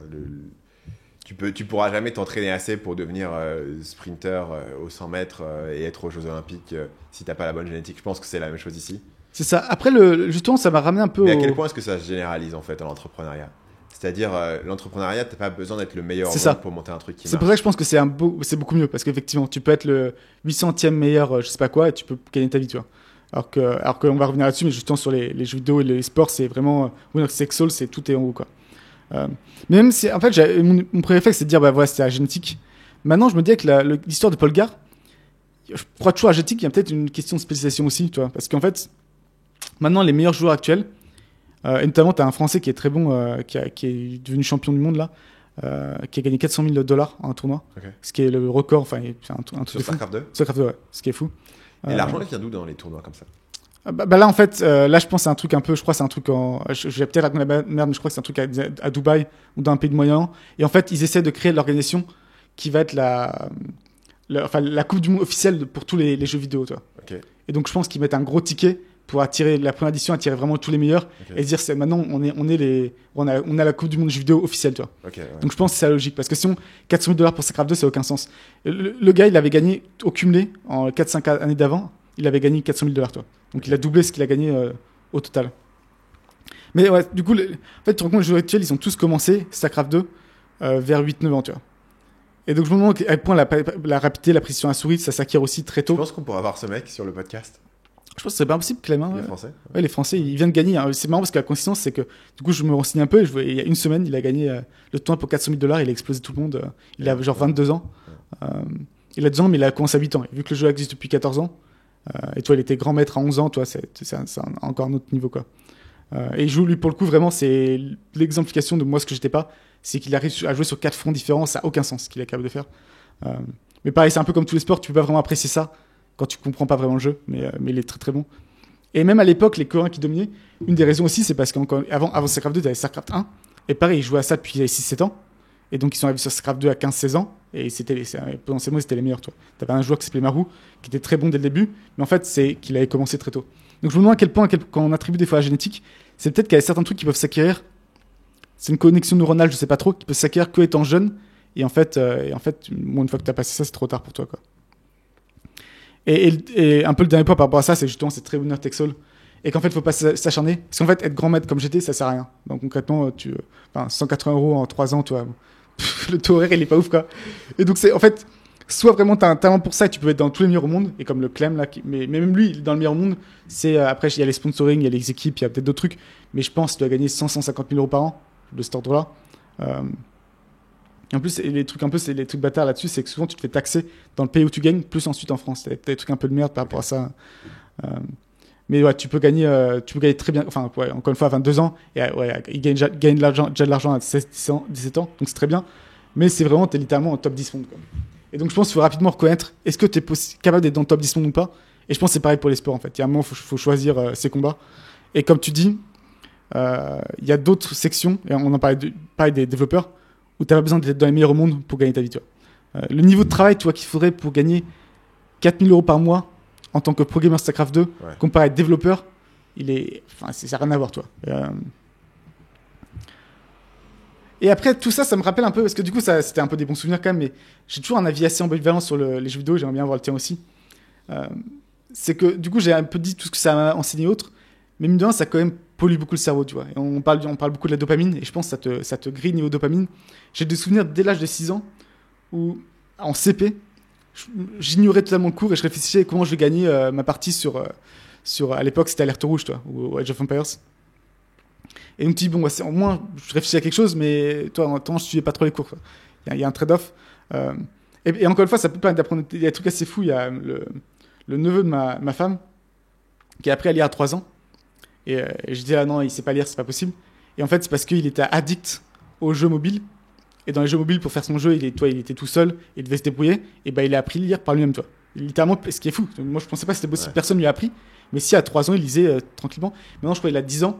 Et c'est pas un génie non plus, toi. En fait, c'est juste qu'il avait une motivation. En fait, c'est ça, les jeux vidéo peuvent te donner une motivation pour comprendre et pour te renseigner. Est-ce que tu disais, les gens qui vont sur quel space programme ou Minecraft, aller taper sur Google, chercher des informations ou autres, ça te motive, quoi. Moi, mais quand même, j'ai vu des gamins avoir des comportements, notamment sur Minecraft, où il est là, il regarde des tutoriels et tout. Ouais. T'imagines le mindset que le gamin, il apprend à 6 ans, à aller se dire, tiens, j'ai envie de faire un truc, je vais aller regarder des tutoriels sur YouTube pour apprendre comment faire et après l'appliquer dans mon domaine. Je pense que ça, c'est un truc qui est assez généralisable comme c'est généralisable, mais c'est pas sûr que ça se généralise ensuite, toi. Il peut ensuite ne pas appliquer ça à l'école ou au travail, toi. Tu peux garder ça exclusivement pour le jeu vidéo, ce qui est un problème, je pense. Parce que le jeu vidéo, t'as un feedback loop qui est beaucoup plus certain, tu vois.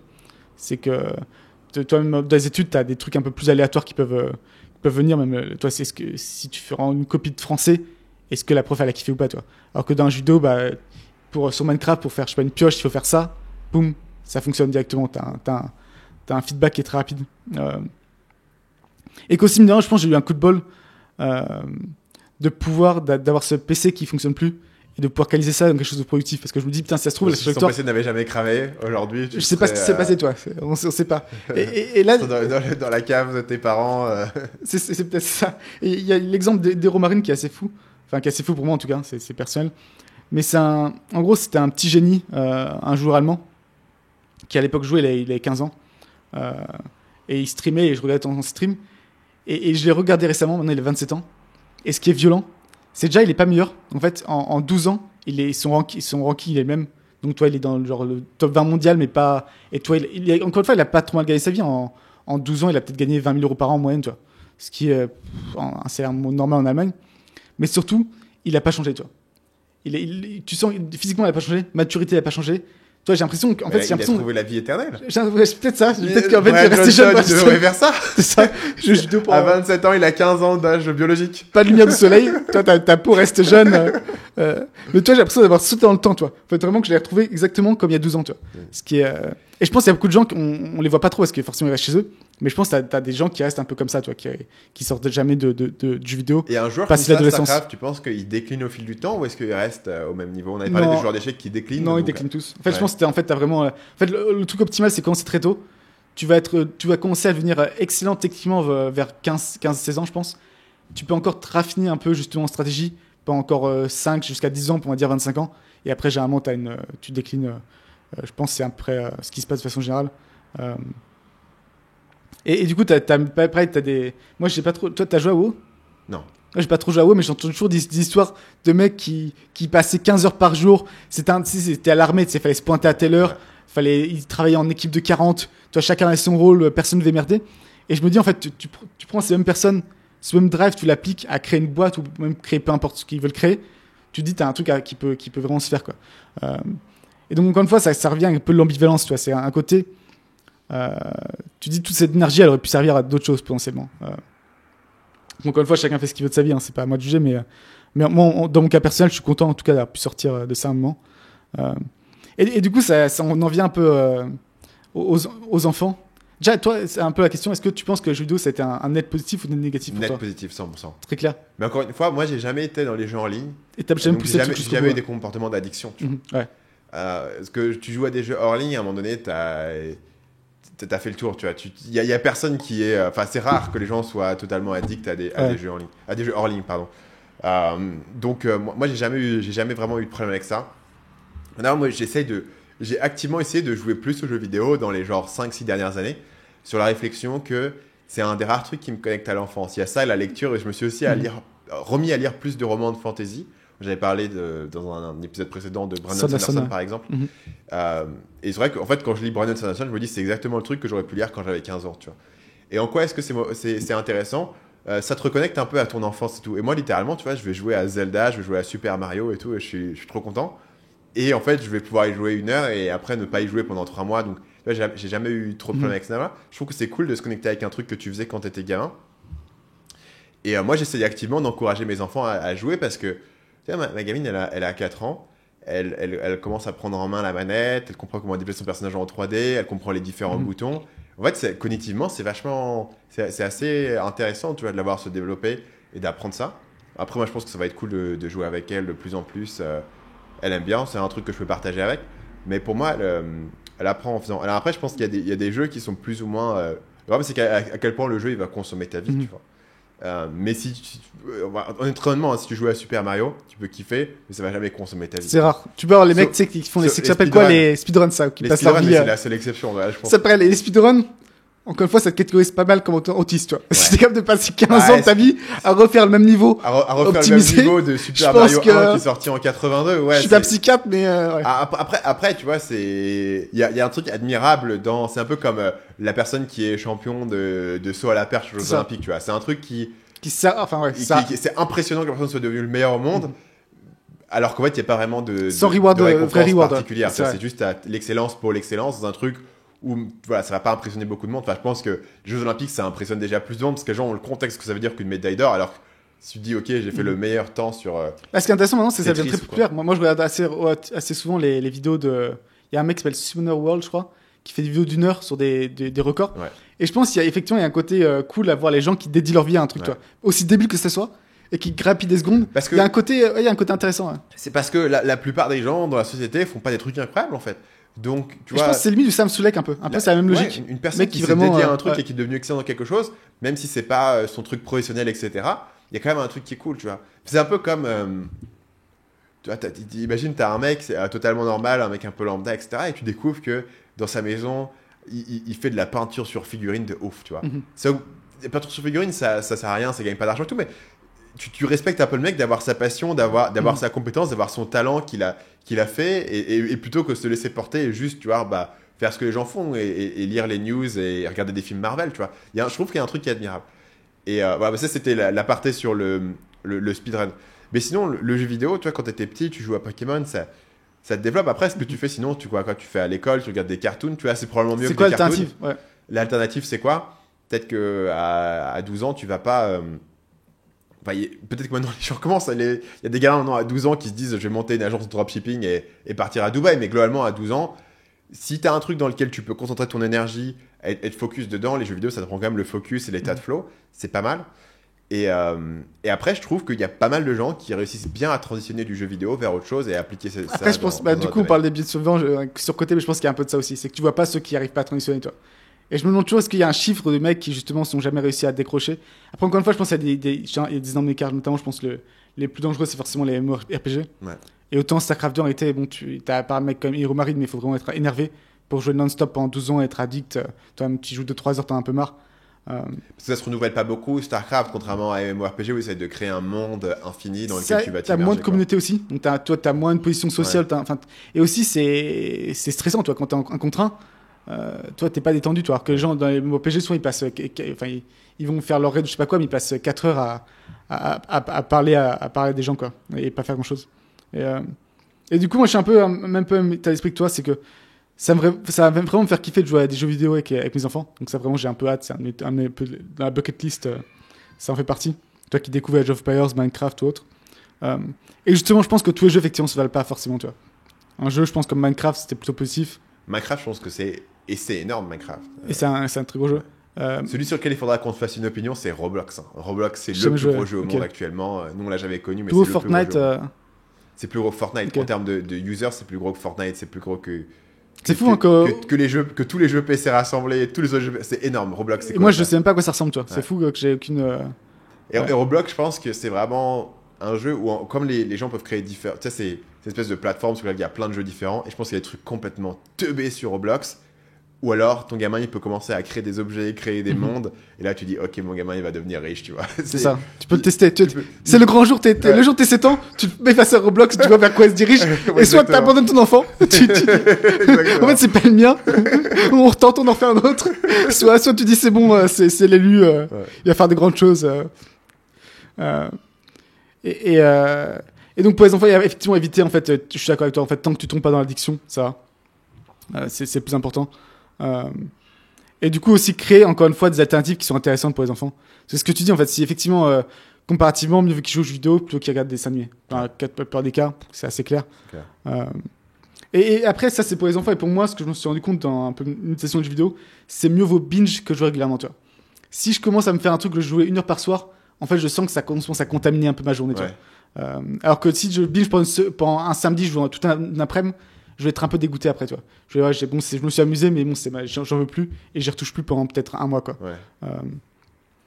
Et je pense, c'est ce que je disais à un moment, c'est que l'abstinence c'est plus facile que la modération. Je pense que ce jeu vidéo c'est vraiment le cas. Parce qu'encore une fois, la plupart des jeux vidéo, à part les jeux un peu comme Zelda ou autre, mais ceux auxquels je joue, ils te actent ton. Mais même en fait, des trucs comme Zelda, à un moment donné, je jouais celui qui était vraiment horrible, je jouais à Subnautica. Je sais pas si t'as déjà joué à Subnautica. Jamais. C'est un jeu, c'est vraiment extrêmement cool. C'est un jeu de survie. En gros, tu crashes sur une planète alien, t'es dans l'océan et tu dois survivre. Et du coup, c'est flippant parce que c'est la peur des requins. T'as un truc derrière toi qui te fait flipper et tout. Mais tu dois faire des ressources, construire ta base petit à petit. Qu'est-ce qu'il y a et honnêtement, c'est vraiment un des meilleurs jeux de survie. Mais je sais pas, je trouvais que ça occupait vraiment beaucoup d'espace mental parce que ça te guide pas beaucoup. Et c'est en mode, tu essaies de te souvenir où est-ce que tu trouves les différentes ressources. Ah ouais, ok, donc là, j'avais ma base là-bas et après, je pouvais trouver du cuivre là pour créer un truc. Et après, je pourrais faire une batterie, un machin. Et vraiment, je me dis, je suis un gars, mec, j'ai 29 ans, j'ai 30 ans, tu vois, je suis en train de réfléchir à comment je vais créer ma base, tu vois. Mon business, quoi. Ouais, en fait, c'était trop proche du business. Alors que pour le coup, si tu joues à un jeu comme Super Mario, Super Mario, c'est purement kinétique, en fait. C'est juste purement, tu sautes, tu vois, c'est juste, t'es purement dans le moment, t'es dans le moment présent. Et quand t'étais un Super Mario, t'as plus besoin d'y penser, tu vois. Enfin, tu ne penses pas que moi, tu vas faire ton saut, ça n'a pas de sens. Et donc, du coup, ça disparaît. Ouais, je pense qu'il y a vraiment tous les jeux un peu. Les jeux de gestion que tu joues sur le temps, c'est pareil. Alors, je pense, moi, la ligne rouge, c'est est-ce que je me réveille le matin en pensant au jeu, tu vois. Si je me réveille le matin en pensant au jeu, bah, ça veut dire que ça occupe autre chose. Moi, c'est bon. Est-ce que ça pop pendant que je suis en train de faire la méditation? Okay. Pendant que je suis en train de faire la méditation, je vais construire ce truc et tout.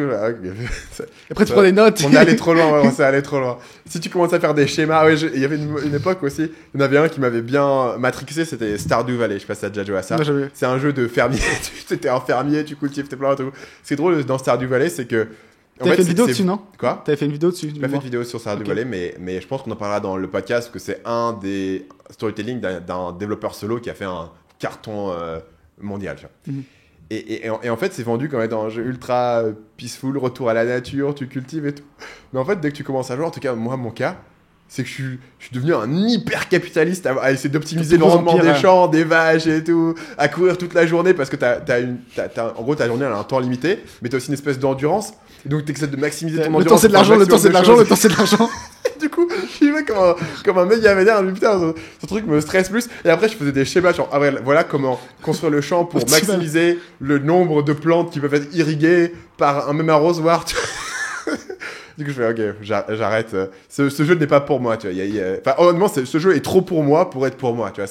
Ça rentre trop dans la même case de cerveau que le business.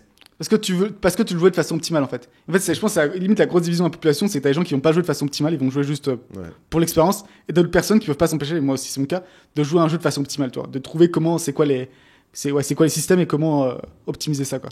Mais il y a des jeux qui te rapportent pas là-dedans. Par exemple, si tu joues il y en a un que j'avais vraiment kiffé quand je me suis remis un peu à jouer, c'était tous les jeux Naughty Dog, donc Uncharted, Last of Us, des jeux en fait c'est quasiment une histoire, c'est narratif, et puis après tu tires des gens et t'escalades et tout, tu vois. Et en fait c'est pas un jeu auquel tu vas penser le reste du temps, c'est un jeu sur lequel tu peux prendre une pause longue et pas te prendre la tête quand tu reviens. Et voilà. Et donc je pense qu'il faut choisir effectivement, mais finalement pour un enfant, ces jeux qui te prennent un peu de cerveau mais qui te demandent de réfléchir et de te construire, etc., ça peut te tirer cognitivement. Le problème c'est qu'en fait peut-être que le jeu il te tire par rapport à là où tu es actuellement, mais à un moment donné tu deviens aussi intelligent que le jeu, et en fait du coup le jeu il te tire vers le bas en te donnant un environnement qui est plus simple et plus prévisible que la vie réelle, et du coup t'as pas envie de faire la vie réelle parce que les feedback loops, on parle des feedback loops qui sont plus simples, qui sont plus clairs. Je pense souvent aux jeux, il y a pas mal de jeux un peu et de c'est aussi que t'as construit aussi un asset en fait. Notamment je pense que c'est les MMORPG, c'est comme de rien, t'es niveau 80 et donc t'as toutes ces compétences. Dans la vraie vie t'as pas, toi je pense que tu crées aussi cet écart au fur et à mesure, quoi. Et tu vois quand tu regardes des jeux, genre il y a un jeu Game Developer Tycoon, ce genre de trucs ou YouTuber Tycoon, YouTuber Simulator et tout. En fait, la différence entre ces jeux et la réalité, c'est que dans ce jeu, si tu as mis les bons points dans ton produit, il va toujours marcher, en fait. Si tu as mis les bons points dans ta vidéo, il va toujours marcher. Il y a un truc qui est prévisible. Tu ne peux pas jouer à YouTuber Tycoon et devenir un YouTuber raté. Alors que dans la réalité, c'est très possible que tu deviennes un YouTuber raté. Et donc, du coup, le problème, c'est que le jeu, il t'infantilise en te disant que si simplement tu fais les bonnes choses, tu auras une bonne note. Alors que dans la réalité, il faut admettre que potentiellement, tu vas tout faire bien et quand même avoir un mauvais résultat. Et le dernier concept qu'il y a ça, c'est le concept de delayed gratification aussi, en fait, de gratification délayée, je sais pas comment on dit en français, mais de récompense qui arrive plus tard. Encore une fois, dans un jeu vidéo, l'objectif c'est d'avoir ça le plus rapidement possible. Dans la vraie vie, ça peut prendre très longtemps. On parlait de justement construire un business ou peu importe, construire une compétence, ça peut prendre des mois et des mois. Et donc, quand tu es un peu addict à cet aspect de jeu vidéo, c'est plus compliqué de l'avoir dans la vie réelle. Ouais. Ça dépend, tu vois. Par exemple, quand j'étais petit et que je jouais à Pokémon, j'avais une certaine persévérance, tu vois, pour faire évoluer mon Pokémon. Ok, celui-là, il faut que je le fasse évoluer. Je vais l'entraîner. Ça me prenait peut-être 3 heures ouais, mais t'as la barre d'XP qui monte au fur et à mesure, donc tu vois le progrès, toi. Donc il y a un truc qui est direct, tu le vois quand même. Il y a un progrès direct, mais tu devais quand même grind, te dire, ok, j'ai vraiment envie de ce truc. Mais tu voyais tu vois, je pense que c'est la grosse différence. Dans la vraie vie, tu vois pas, t'as pas une barre de progression. Là, ce serait un truc qu'on devrait discuter, parce que quand je me suis un peu renseigné sur le truc que t'avais présenté, le Elite RPG, t'as maintenant beaucoup de systèmes de productivité qui tournent autour de ça aussi. Okay. Tu vois, système d'XP, de bonus et autres. Et je pense que c'est un sujet assez intéressant. Ouais. On pourrait regarder, parce qu'il y a plein d'applications autour de ce domaine, de transformer ta vie en jeu. Et je sais pas trop si numéro 1, elle marche et les gens les kiffent. Et numéro 2, si c'est un truc qui fait de l'argent. Mais potentiellement, ça peut vraiment être un. Encore une fois, ça attire les millions et millions de gens qui ont été éduqués, enfin qui ont passé leur vie sur les jeux vidéo. Toi. Ceux qui l'ont fait extrêmement bien, c'est Duolingo par exemple. C'est une application d'apprentissage de langue qui a une gamification qui est très efficace. À base de Strix, etc. Et pour le coup, ça marche extrêmement bien pour des gens apprendre des langues. Est-ce qu'on parle maintenant de Andrew Wilkinson ? C'est ça, parce que du coup, tu avais présenté son livre, et j'ai lu après son livre, heureusement, je l'aimais bien son livre, toi, c'était intéressant. Mais j'avais dit à ce moment-là dans le podcast que j'étais regardé les résultats de sa boîte, ça semblait être la merde. Effectivement, ça semble être la merde. Et l'information vient du journaliste d'investigation Horny Hitler. J'ai cliqué sur Twitter. J'ai cliqué sur le lien et c'était un enfer absolu, quoi. J'ai regretté d'avoir cliqué sur ce lien, mais pourquoi? C'est un gars, son truc c'est descendre les soi-disant je suis un espèce de roi de la finance mondiale, mais mon profil c'est Hitler et je te parle de pute et de finance, quoi. Faites-vous votre opinion vous-même, allez sur Horny Hitler sur Twitter. Je sais pas à quel point il est compétent, mais après ce qu'il partage c'est les chiffres qui sont publics, parce qu'encore une fois il est en entreprise publique. Et là dans les chiffres publics c'est assez violent. C'est qu'en mars 2024 donc la boîte d'Andrew Wilkinson, avait 135 millions de dollars de dettes. Il a perdu 19 millions de façon opérationnelle en 2023. Et ils ont aussi un free cash flow, donc littéralement cash qui rentre et qui sort, qui est négatif. Là où c'est intéressant, c'est que il avançait beaucoup, Andrew Wilkinson, l'idée qu'il était fan de Charlie Munger et de Warren Buffett. Et un autre truc que Warren Buffett, Charlie Munger répète, une expression, c'était qu'en gros, il y a selon 3 moyens pour une personne intelligente de se retrouver ruinée. Un, c'est la liqueur. 2, c'est les femmes. Et le 3e, c'est le leverage, le levier.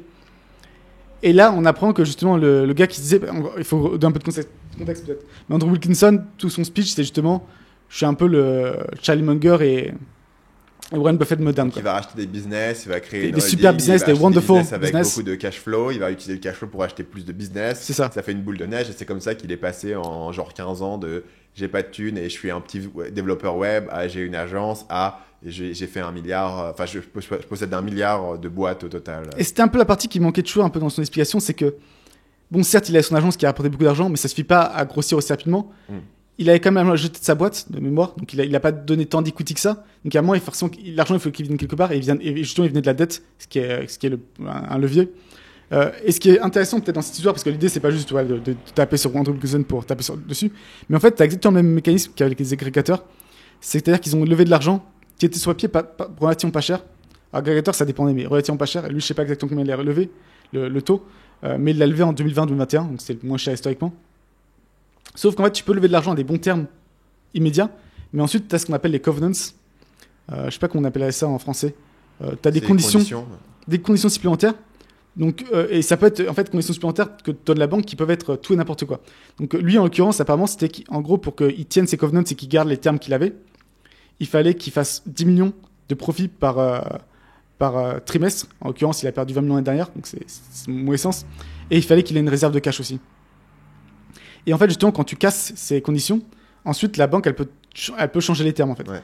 Et donc, ça peut être soit, on te monte ton intérêt, donc tu payes 8%, maintenant c'est 16%. Forcément, ils se sont mis d'accord avant. Ou ça peut être, maintenant on réduit il faut que tu repayes la moitié de dette maintenant. Toi, peu importe. Et puis, ils ont... Et donc, ça... En gros, c'est un encore plus gros pari de sa part d'avoir mis en place ces conditions. C'est en gros, soit ça fonctionne, dans ce cas-là, parfait, il a eu toute cette dette pas chère au bon moment, soit ça fonctionne pas, et dans ce cas-là, c'est un peu la dégringolade, et c'est ce qui semble plus ou moins se passer. Et du coup, comment tu interprètes ça? C'est qu'il a voulu grossir trop vite, c'est qu'il avait un modèle qui marchait au départ, et après il a voulu grossir plus vite en ayant de la dette, c'est que depuis le départ, c'était une maison de cartes ou... Ouais, je pense qu'il y a effectivement deux choses. Une, c'est que initialement, il faisait ce qui était intelligent. Je pense, c'est qu'il achetait des business qu'il connaissait bien. Notamment, là où il a fait beaucoup de thunes, c'est qu'il achetait tout ce qui est extension Shopify. Ouais. Et Dribbble aussi, qui est un espèce de réseau social pour designers, qui apparemment, il a bien fonctionné, je pense. Pour pas beaucoup, et ils ont fait beaucoup de cash avec. Et je pense que ça, justement, les petites extensions, c'est assez fiable, en termes de revenus. Tu vois, Shopify, ça continue à grossir. Ouais. Je pense que le type devait être assez clair.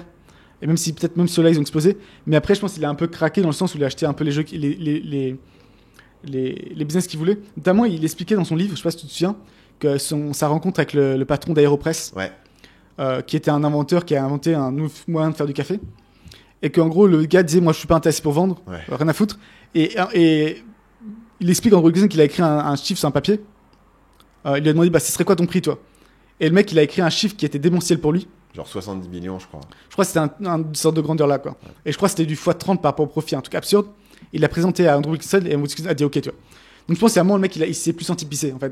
Façon, c'est qu'il kiffait ce business. Lui, en plus, il explique, moi, je kiffe beaucoup faire du café. C'est le meilleur café que j'ai jamais eu. Ok, est-ce que c'est une justification? Et ce qui est fou, c'est que du coup, l'Aéropress, c'est un produit, c'est genre un espèce de tube en plastique où tu pousses. Qui se vend pour $29, quoi. Ouais. Et il l'a acheté, je pense qu'il a fait plusieurs acquisitions comme ça où en fait c'était juste ce qu'il kiffait. Il s'est un peu emballé, je pense, simplement, quoi. Et donc maintenant, ça semble être un peu la merde, quoi, pour lui. Et donc peut-être que c'est pour ça qu'il se reconvertit en tant qu'influenceur, à voir ce que ça a donné. Et après, encore une fois, au final, s'il se casse la gueule, mais qu'il a arnaqué personne, il a pris ses risques, il a joué, il a perdu. Et c'est pour ça que je suis pas trop dans le. Je sais pas moi le détenteur secret de Ronnie Hitler. Parce que Ronnie Hitler, tu sens que son objectif, c'est quand même justement de descendre. Il déteste, mais il déteste tout le monde, ce mec-là. Tu regardes ce qu'il raconte, il déteste tout le monde. Ça. Donc, alors, encore une fois, il a tenté. Potentiellement, il a perdu, c'est la vie. Et à voir, hein, peut-être qu'il va peut-être remonter le truc, peut-être qu'en revenant 2-3 assets un peu pourris. Et pareil, l'intérêt, c'est un peu toujours la même chose, c'est qu'en fait, quand tu dois 135 millions à la banque, t'as quand même quelques mois de négocier, tu vois, parce qu'ils ont pas envie, la banque n'a pas envie que la dette disparaisse totalement, donc t'as peut-être des trucs à faire encore.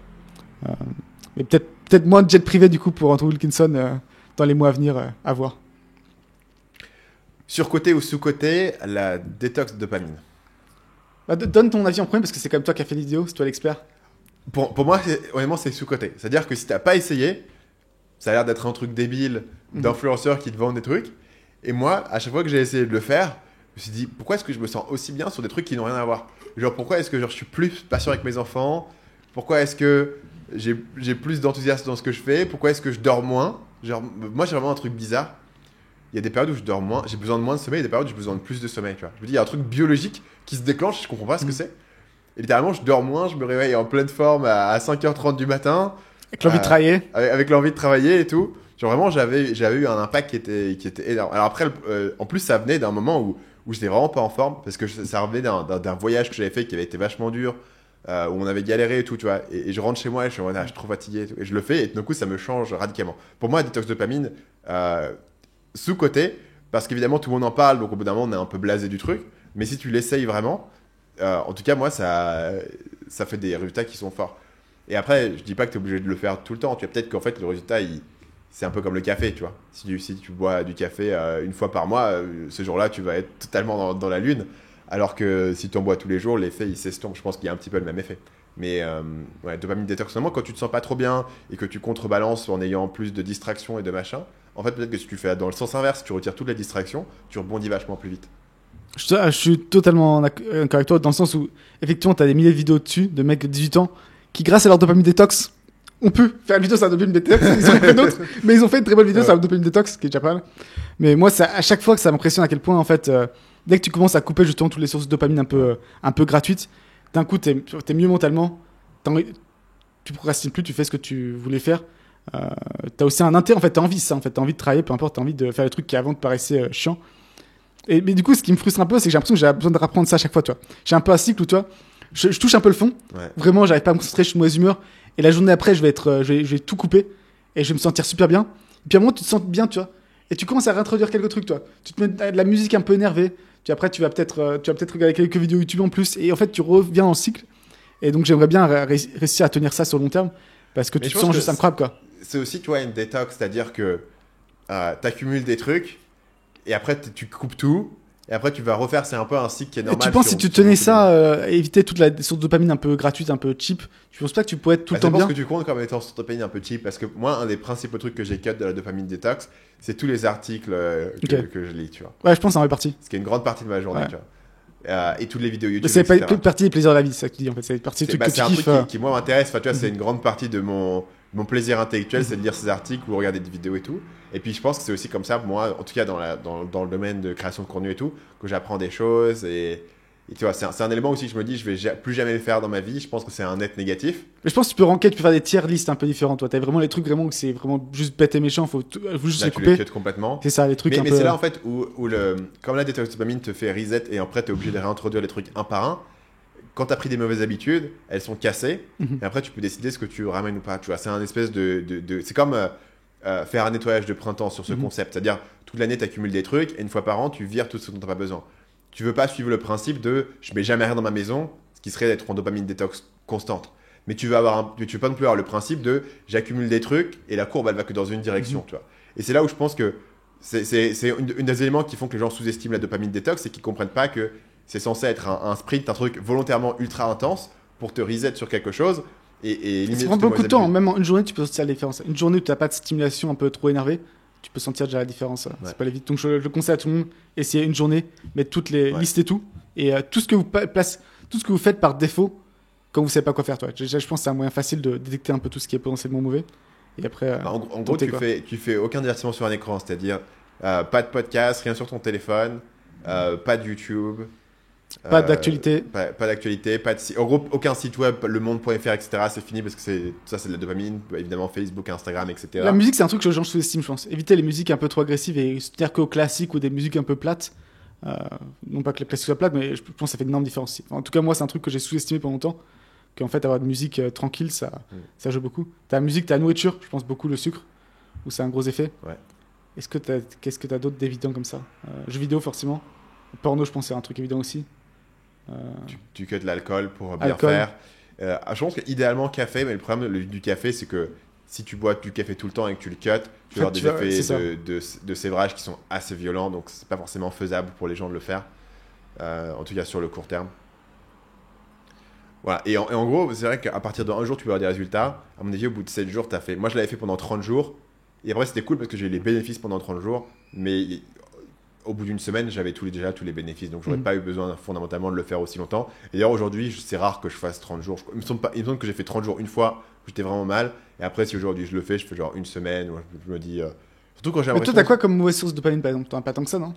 Bah, moi j'ai les articles. Et les articles, c'est pas une mauvaise source de dopamine. Mais ça te distrait de ton travail. Mais honnêtement, parfois, je suis obligé de les bloquer le matin. Parce que sinon, le matin. C'est quand même marrant, le concept. Oh non, ces articles stop stack très pointus, il faut les bloquer. Je suis obligé de les bloquer. Non, je comprends. Ouais. Non, parce que, le mec, s'il y a Scott Alexander qui a droppé un article pareil, de 10 je 000 mots, pareil. Non, mais je suis pareil que toi. Je suis dead pendant 2 heures. Donc, je suis. Ma marque de travail est à la merci de quand est-ce que mon blogueur préféré va dropper un article. Et vraiment, il y a des mecs que je suis. Enfin, c'est génial, mais tu vois, c'est abusé. C'est un truc, le truc, tu regardes, c'est 22 000 mots. Tu sais, ma technique, moi, c'est que j'ai créé un dossier spécial dans mon truc Gmail et ça va directement dessus. Comme ça, je le vois pas dans l'inbox. Moi, je les ai pas dans mon inbox. J'ai une application spécifique pour le lire qui, du coup, est bloquée le matin. Parce que si je me mets à lire le matin, et étrangement, j'ai pas le même effet sur les livres, en fait. Et je pense que c'est la différence entre un livre, c'est aussi intéressant, mais il n'y a pas cet effet de pari. Reward. Il n'y a pas, tu vois, la surprise. Ah, il drop pas. Il y a pas le livre, il drop pas comme ça. Le livre, tu sais qu'il l'a, etc. Alors que quand tu t'ouvres, moi j'ai Matter pour mes newsletters, chaque journée, je me dis qui a posté aujourd'hui, qu'est-ce que je vais avoir et tout. Et honnêtement, j'en ai vraiment une satisfaction intellectuelle, mais ça peut me retarder. Honnêtement, le matin. Et je pense d'ailleurs, c'est un truc entre le matin, tant qu'à faire, autant le placer plus tard dans la journée. T'as accompli ce que tu voulais faire, et là, dans ce cas, c'est moins grave. Ça se développe à partir de 15h, tu vois. Donc, à partir de 15h, j'ai envie de faire une pause, j'ai envie de lire des articles, c'est pas très grave. Honnêtement, le danger, il y a plus trop de risques, tu vois. Donc ça, je bloque. Et après j'ai YouTube. Moi, j'aime bien regarder YouTube, etc. Mais YouTube, moi, ma règle, du coup, YouTube, je suis un peu contraint par le temps. Parce que pour le coup, moi, je suis toujours une personne où regarder des vidéos le matin, je trouve que c'est comme bouffer du gâteau au chocolat au petit déjeuner, quoi. Ça m'écœure. J'ai toujours eu cet élément-là, que ce soit des films, des séries, des vidéos. J'ai toujours eu cette protection. Par contre, les articles, je l'ai pas. Donc, pour moi, lire le matin, quand j'ai commencé à lire ce genre d'articles, tu vois, je me levais le matin dans mon lit. Et honnêtement, je sortais du lit à 10h30 parce que j'ai passé 2 heures à lire des articles, quoi. Donc, YouTube, moi, c'est uniquement quand j'ai terminé de travailler. Et du coup, en fait, il me reste qu'une heure, tu vois, pour faire. Et je suis relativement protégé là-dessus. Évidemment, tout ce qui est short, contenu court, j'ai pas. Et après, j'ai aucun réseau social. Mais les articles, ça suffit, moi, à me dérailler. Ah, mais mine de rien, t'as quand même éliminé. En fait, j'en ai que 2, mais si elles sont assez puissantes, ça peut aussi. Tant que c'est au-dessus du travail, potentiellement, ou au-dessus d'activités, passer du temps en famille, ça peut être un problème. Et après, le podcast. Même si le podcast, voilà, la plupart du temps, je ne pas de problème parce qu'il n'y a pas de moment où tu vois, tu es addict au podcast et tu passes 5 heures à écouter un podcast.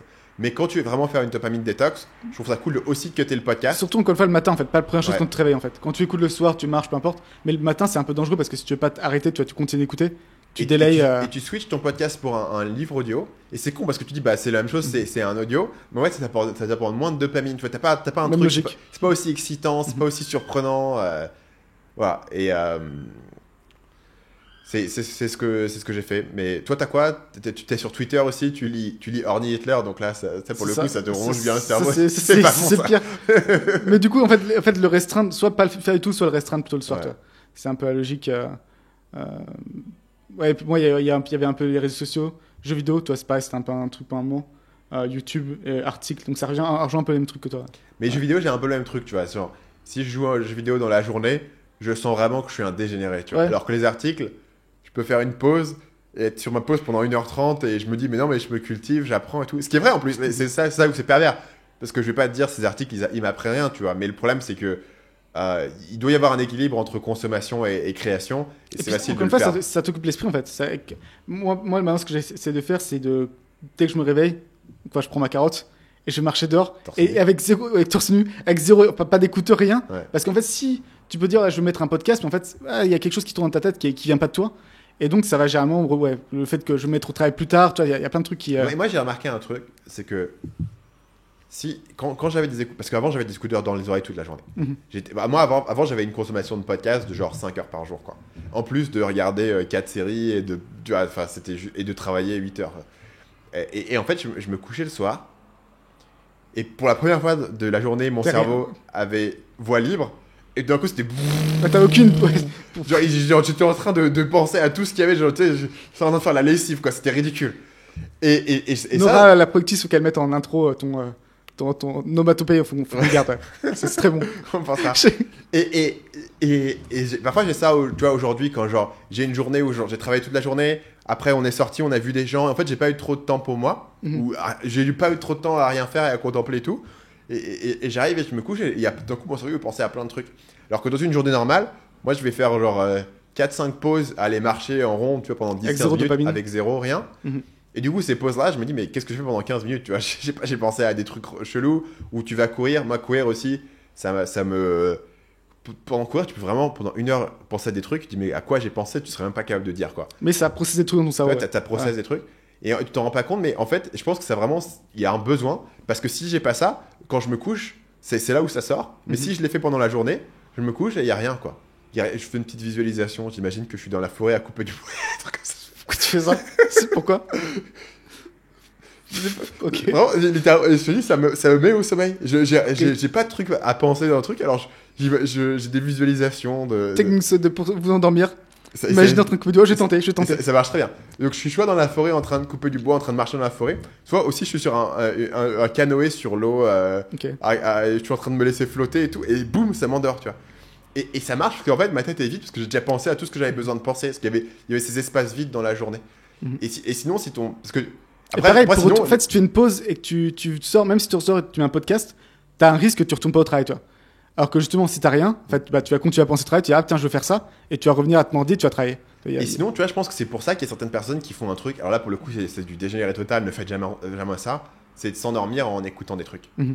Parce qu'il veut pas qu'il y ait leur propre pensée qui ressortent, quoi. Ouais. Et là, pour le coup, alors à mon avis, parce que du coup, c'est ce que je suis en train de dire, tu vois. Si tu empêches tes pensées de sortir, elles vont sortir.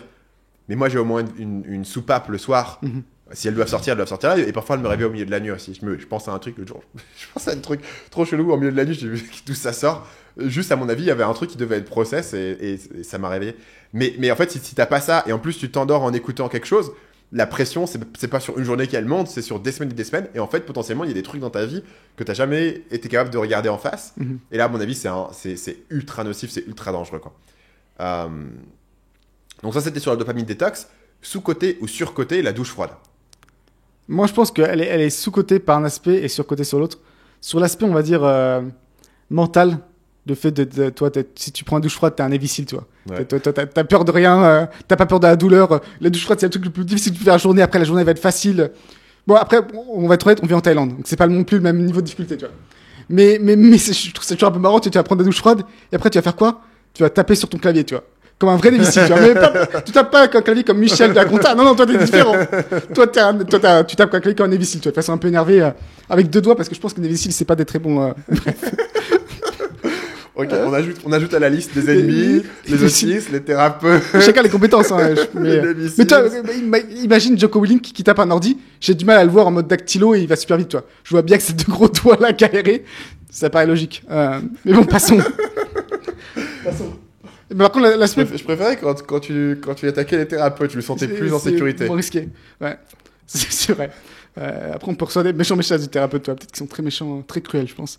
Peut-être qu'ils savent exactement comment trouver l'insulte qui fait mal. C'est ça. C'est peut-être pire que la violence physique, toi. Donc, on verra. Mais par contre, l'aspect sous-côté, moi, et ce qui fait qu'en fait, moi, je suis un peu la méthode du lâche, où je rentre eau chaude et je finis eau froide, tu vois.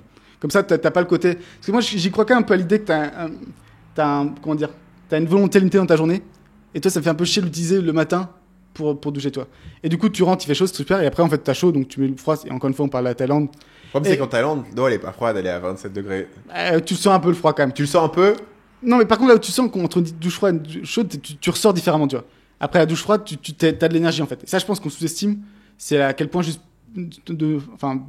niveau physiologique, de façon très basique, ça, moi je trouve ça me donne un petit coup de fouet, ouais. Et justement quand je galère à me concentrer autre, c'est un autre moyen aussi de me reset, c'est douche froide et après je ressors et je suis prêt à partir, quoi.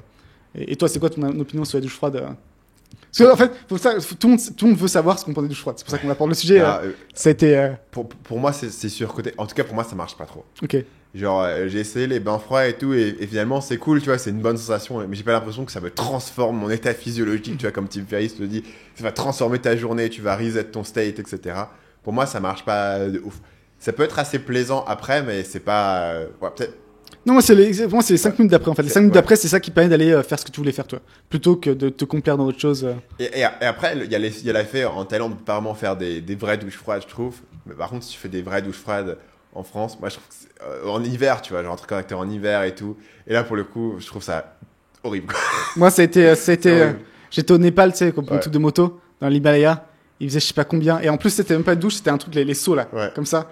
Et ouais, j'ai utilisé que 3 sauts, toi. En fait, c'est pas le même game, toi. Bah, et là, pour le coup, c'est intense psychologiquement, mais je suis plus traumatisé qu'autre chose, tu vois. Je sais pas si c'est. C'est un peu comme, est-ce que c'était bien d'aller faire la guerre en Irak psychologiquement? Bah, peut-être ça t'a renforcé, mais voilà, ça peut aussi te poser des problèmes. J'ai un peu la même sensation avec les douches méga froides, je trouve ça trop dur, en fait. Et ouais. Après, le bain froid, étonnamment, je trouve ça plus facile que la douche. Je trouve que ça fait moins mal, quoi. C'est plus direct, je pense. C'est plus dans l'ensemble, toi. Ouais. Donc, du coup, on commande dopamine detox et douche froide, à vous de voir. Douche froide, moi, je suis un peu ambivalent. Mais je pense que ça fait partie de ces trucs où il y a une préférence personnelle de est-ce que ça marche pour toi ou pas. Il y a des gens pour qui ça doit super bien marcher et du coup, ils sont évangélisateurs du truc. Et après, la personne moyenne essaye. Et c'est genre, ouais, c'était sympa, mais ça n'a pas changé ma life et je vais pas me faire chier tous les jours à le faire. Et je pense que c'est un truc où, si t'as pas des résultats dessus, il faut pas se culpabiliser en mode ouais parce que c'est marqué dans le 5-hour morning, tu vois, dans le miracle morning, il faut que je le fasse, tu vois. C'est comme le journaling ou la méditation. Il y a des gens pour qui ça marche, des gens pour qui ça marche pas. Et là, je pense que c'est ok de suivre ta préférence personnelle, tu vois. Je suis d'accord. Ça devrait être assez instantané. Je pense pas qu'il y a une personne qui dit ok, après 3 mois de douche froide, c'est là où tu vas vraiment sentir les bénéfices, tu vois. Soit ça marche, soit ça marche pas. Merci à tous pour nous avoir écoutés jusqu'au bout. On se retrouve la semaine prochaine. À la prochaine.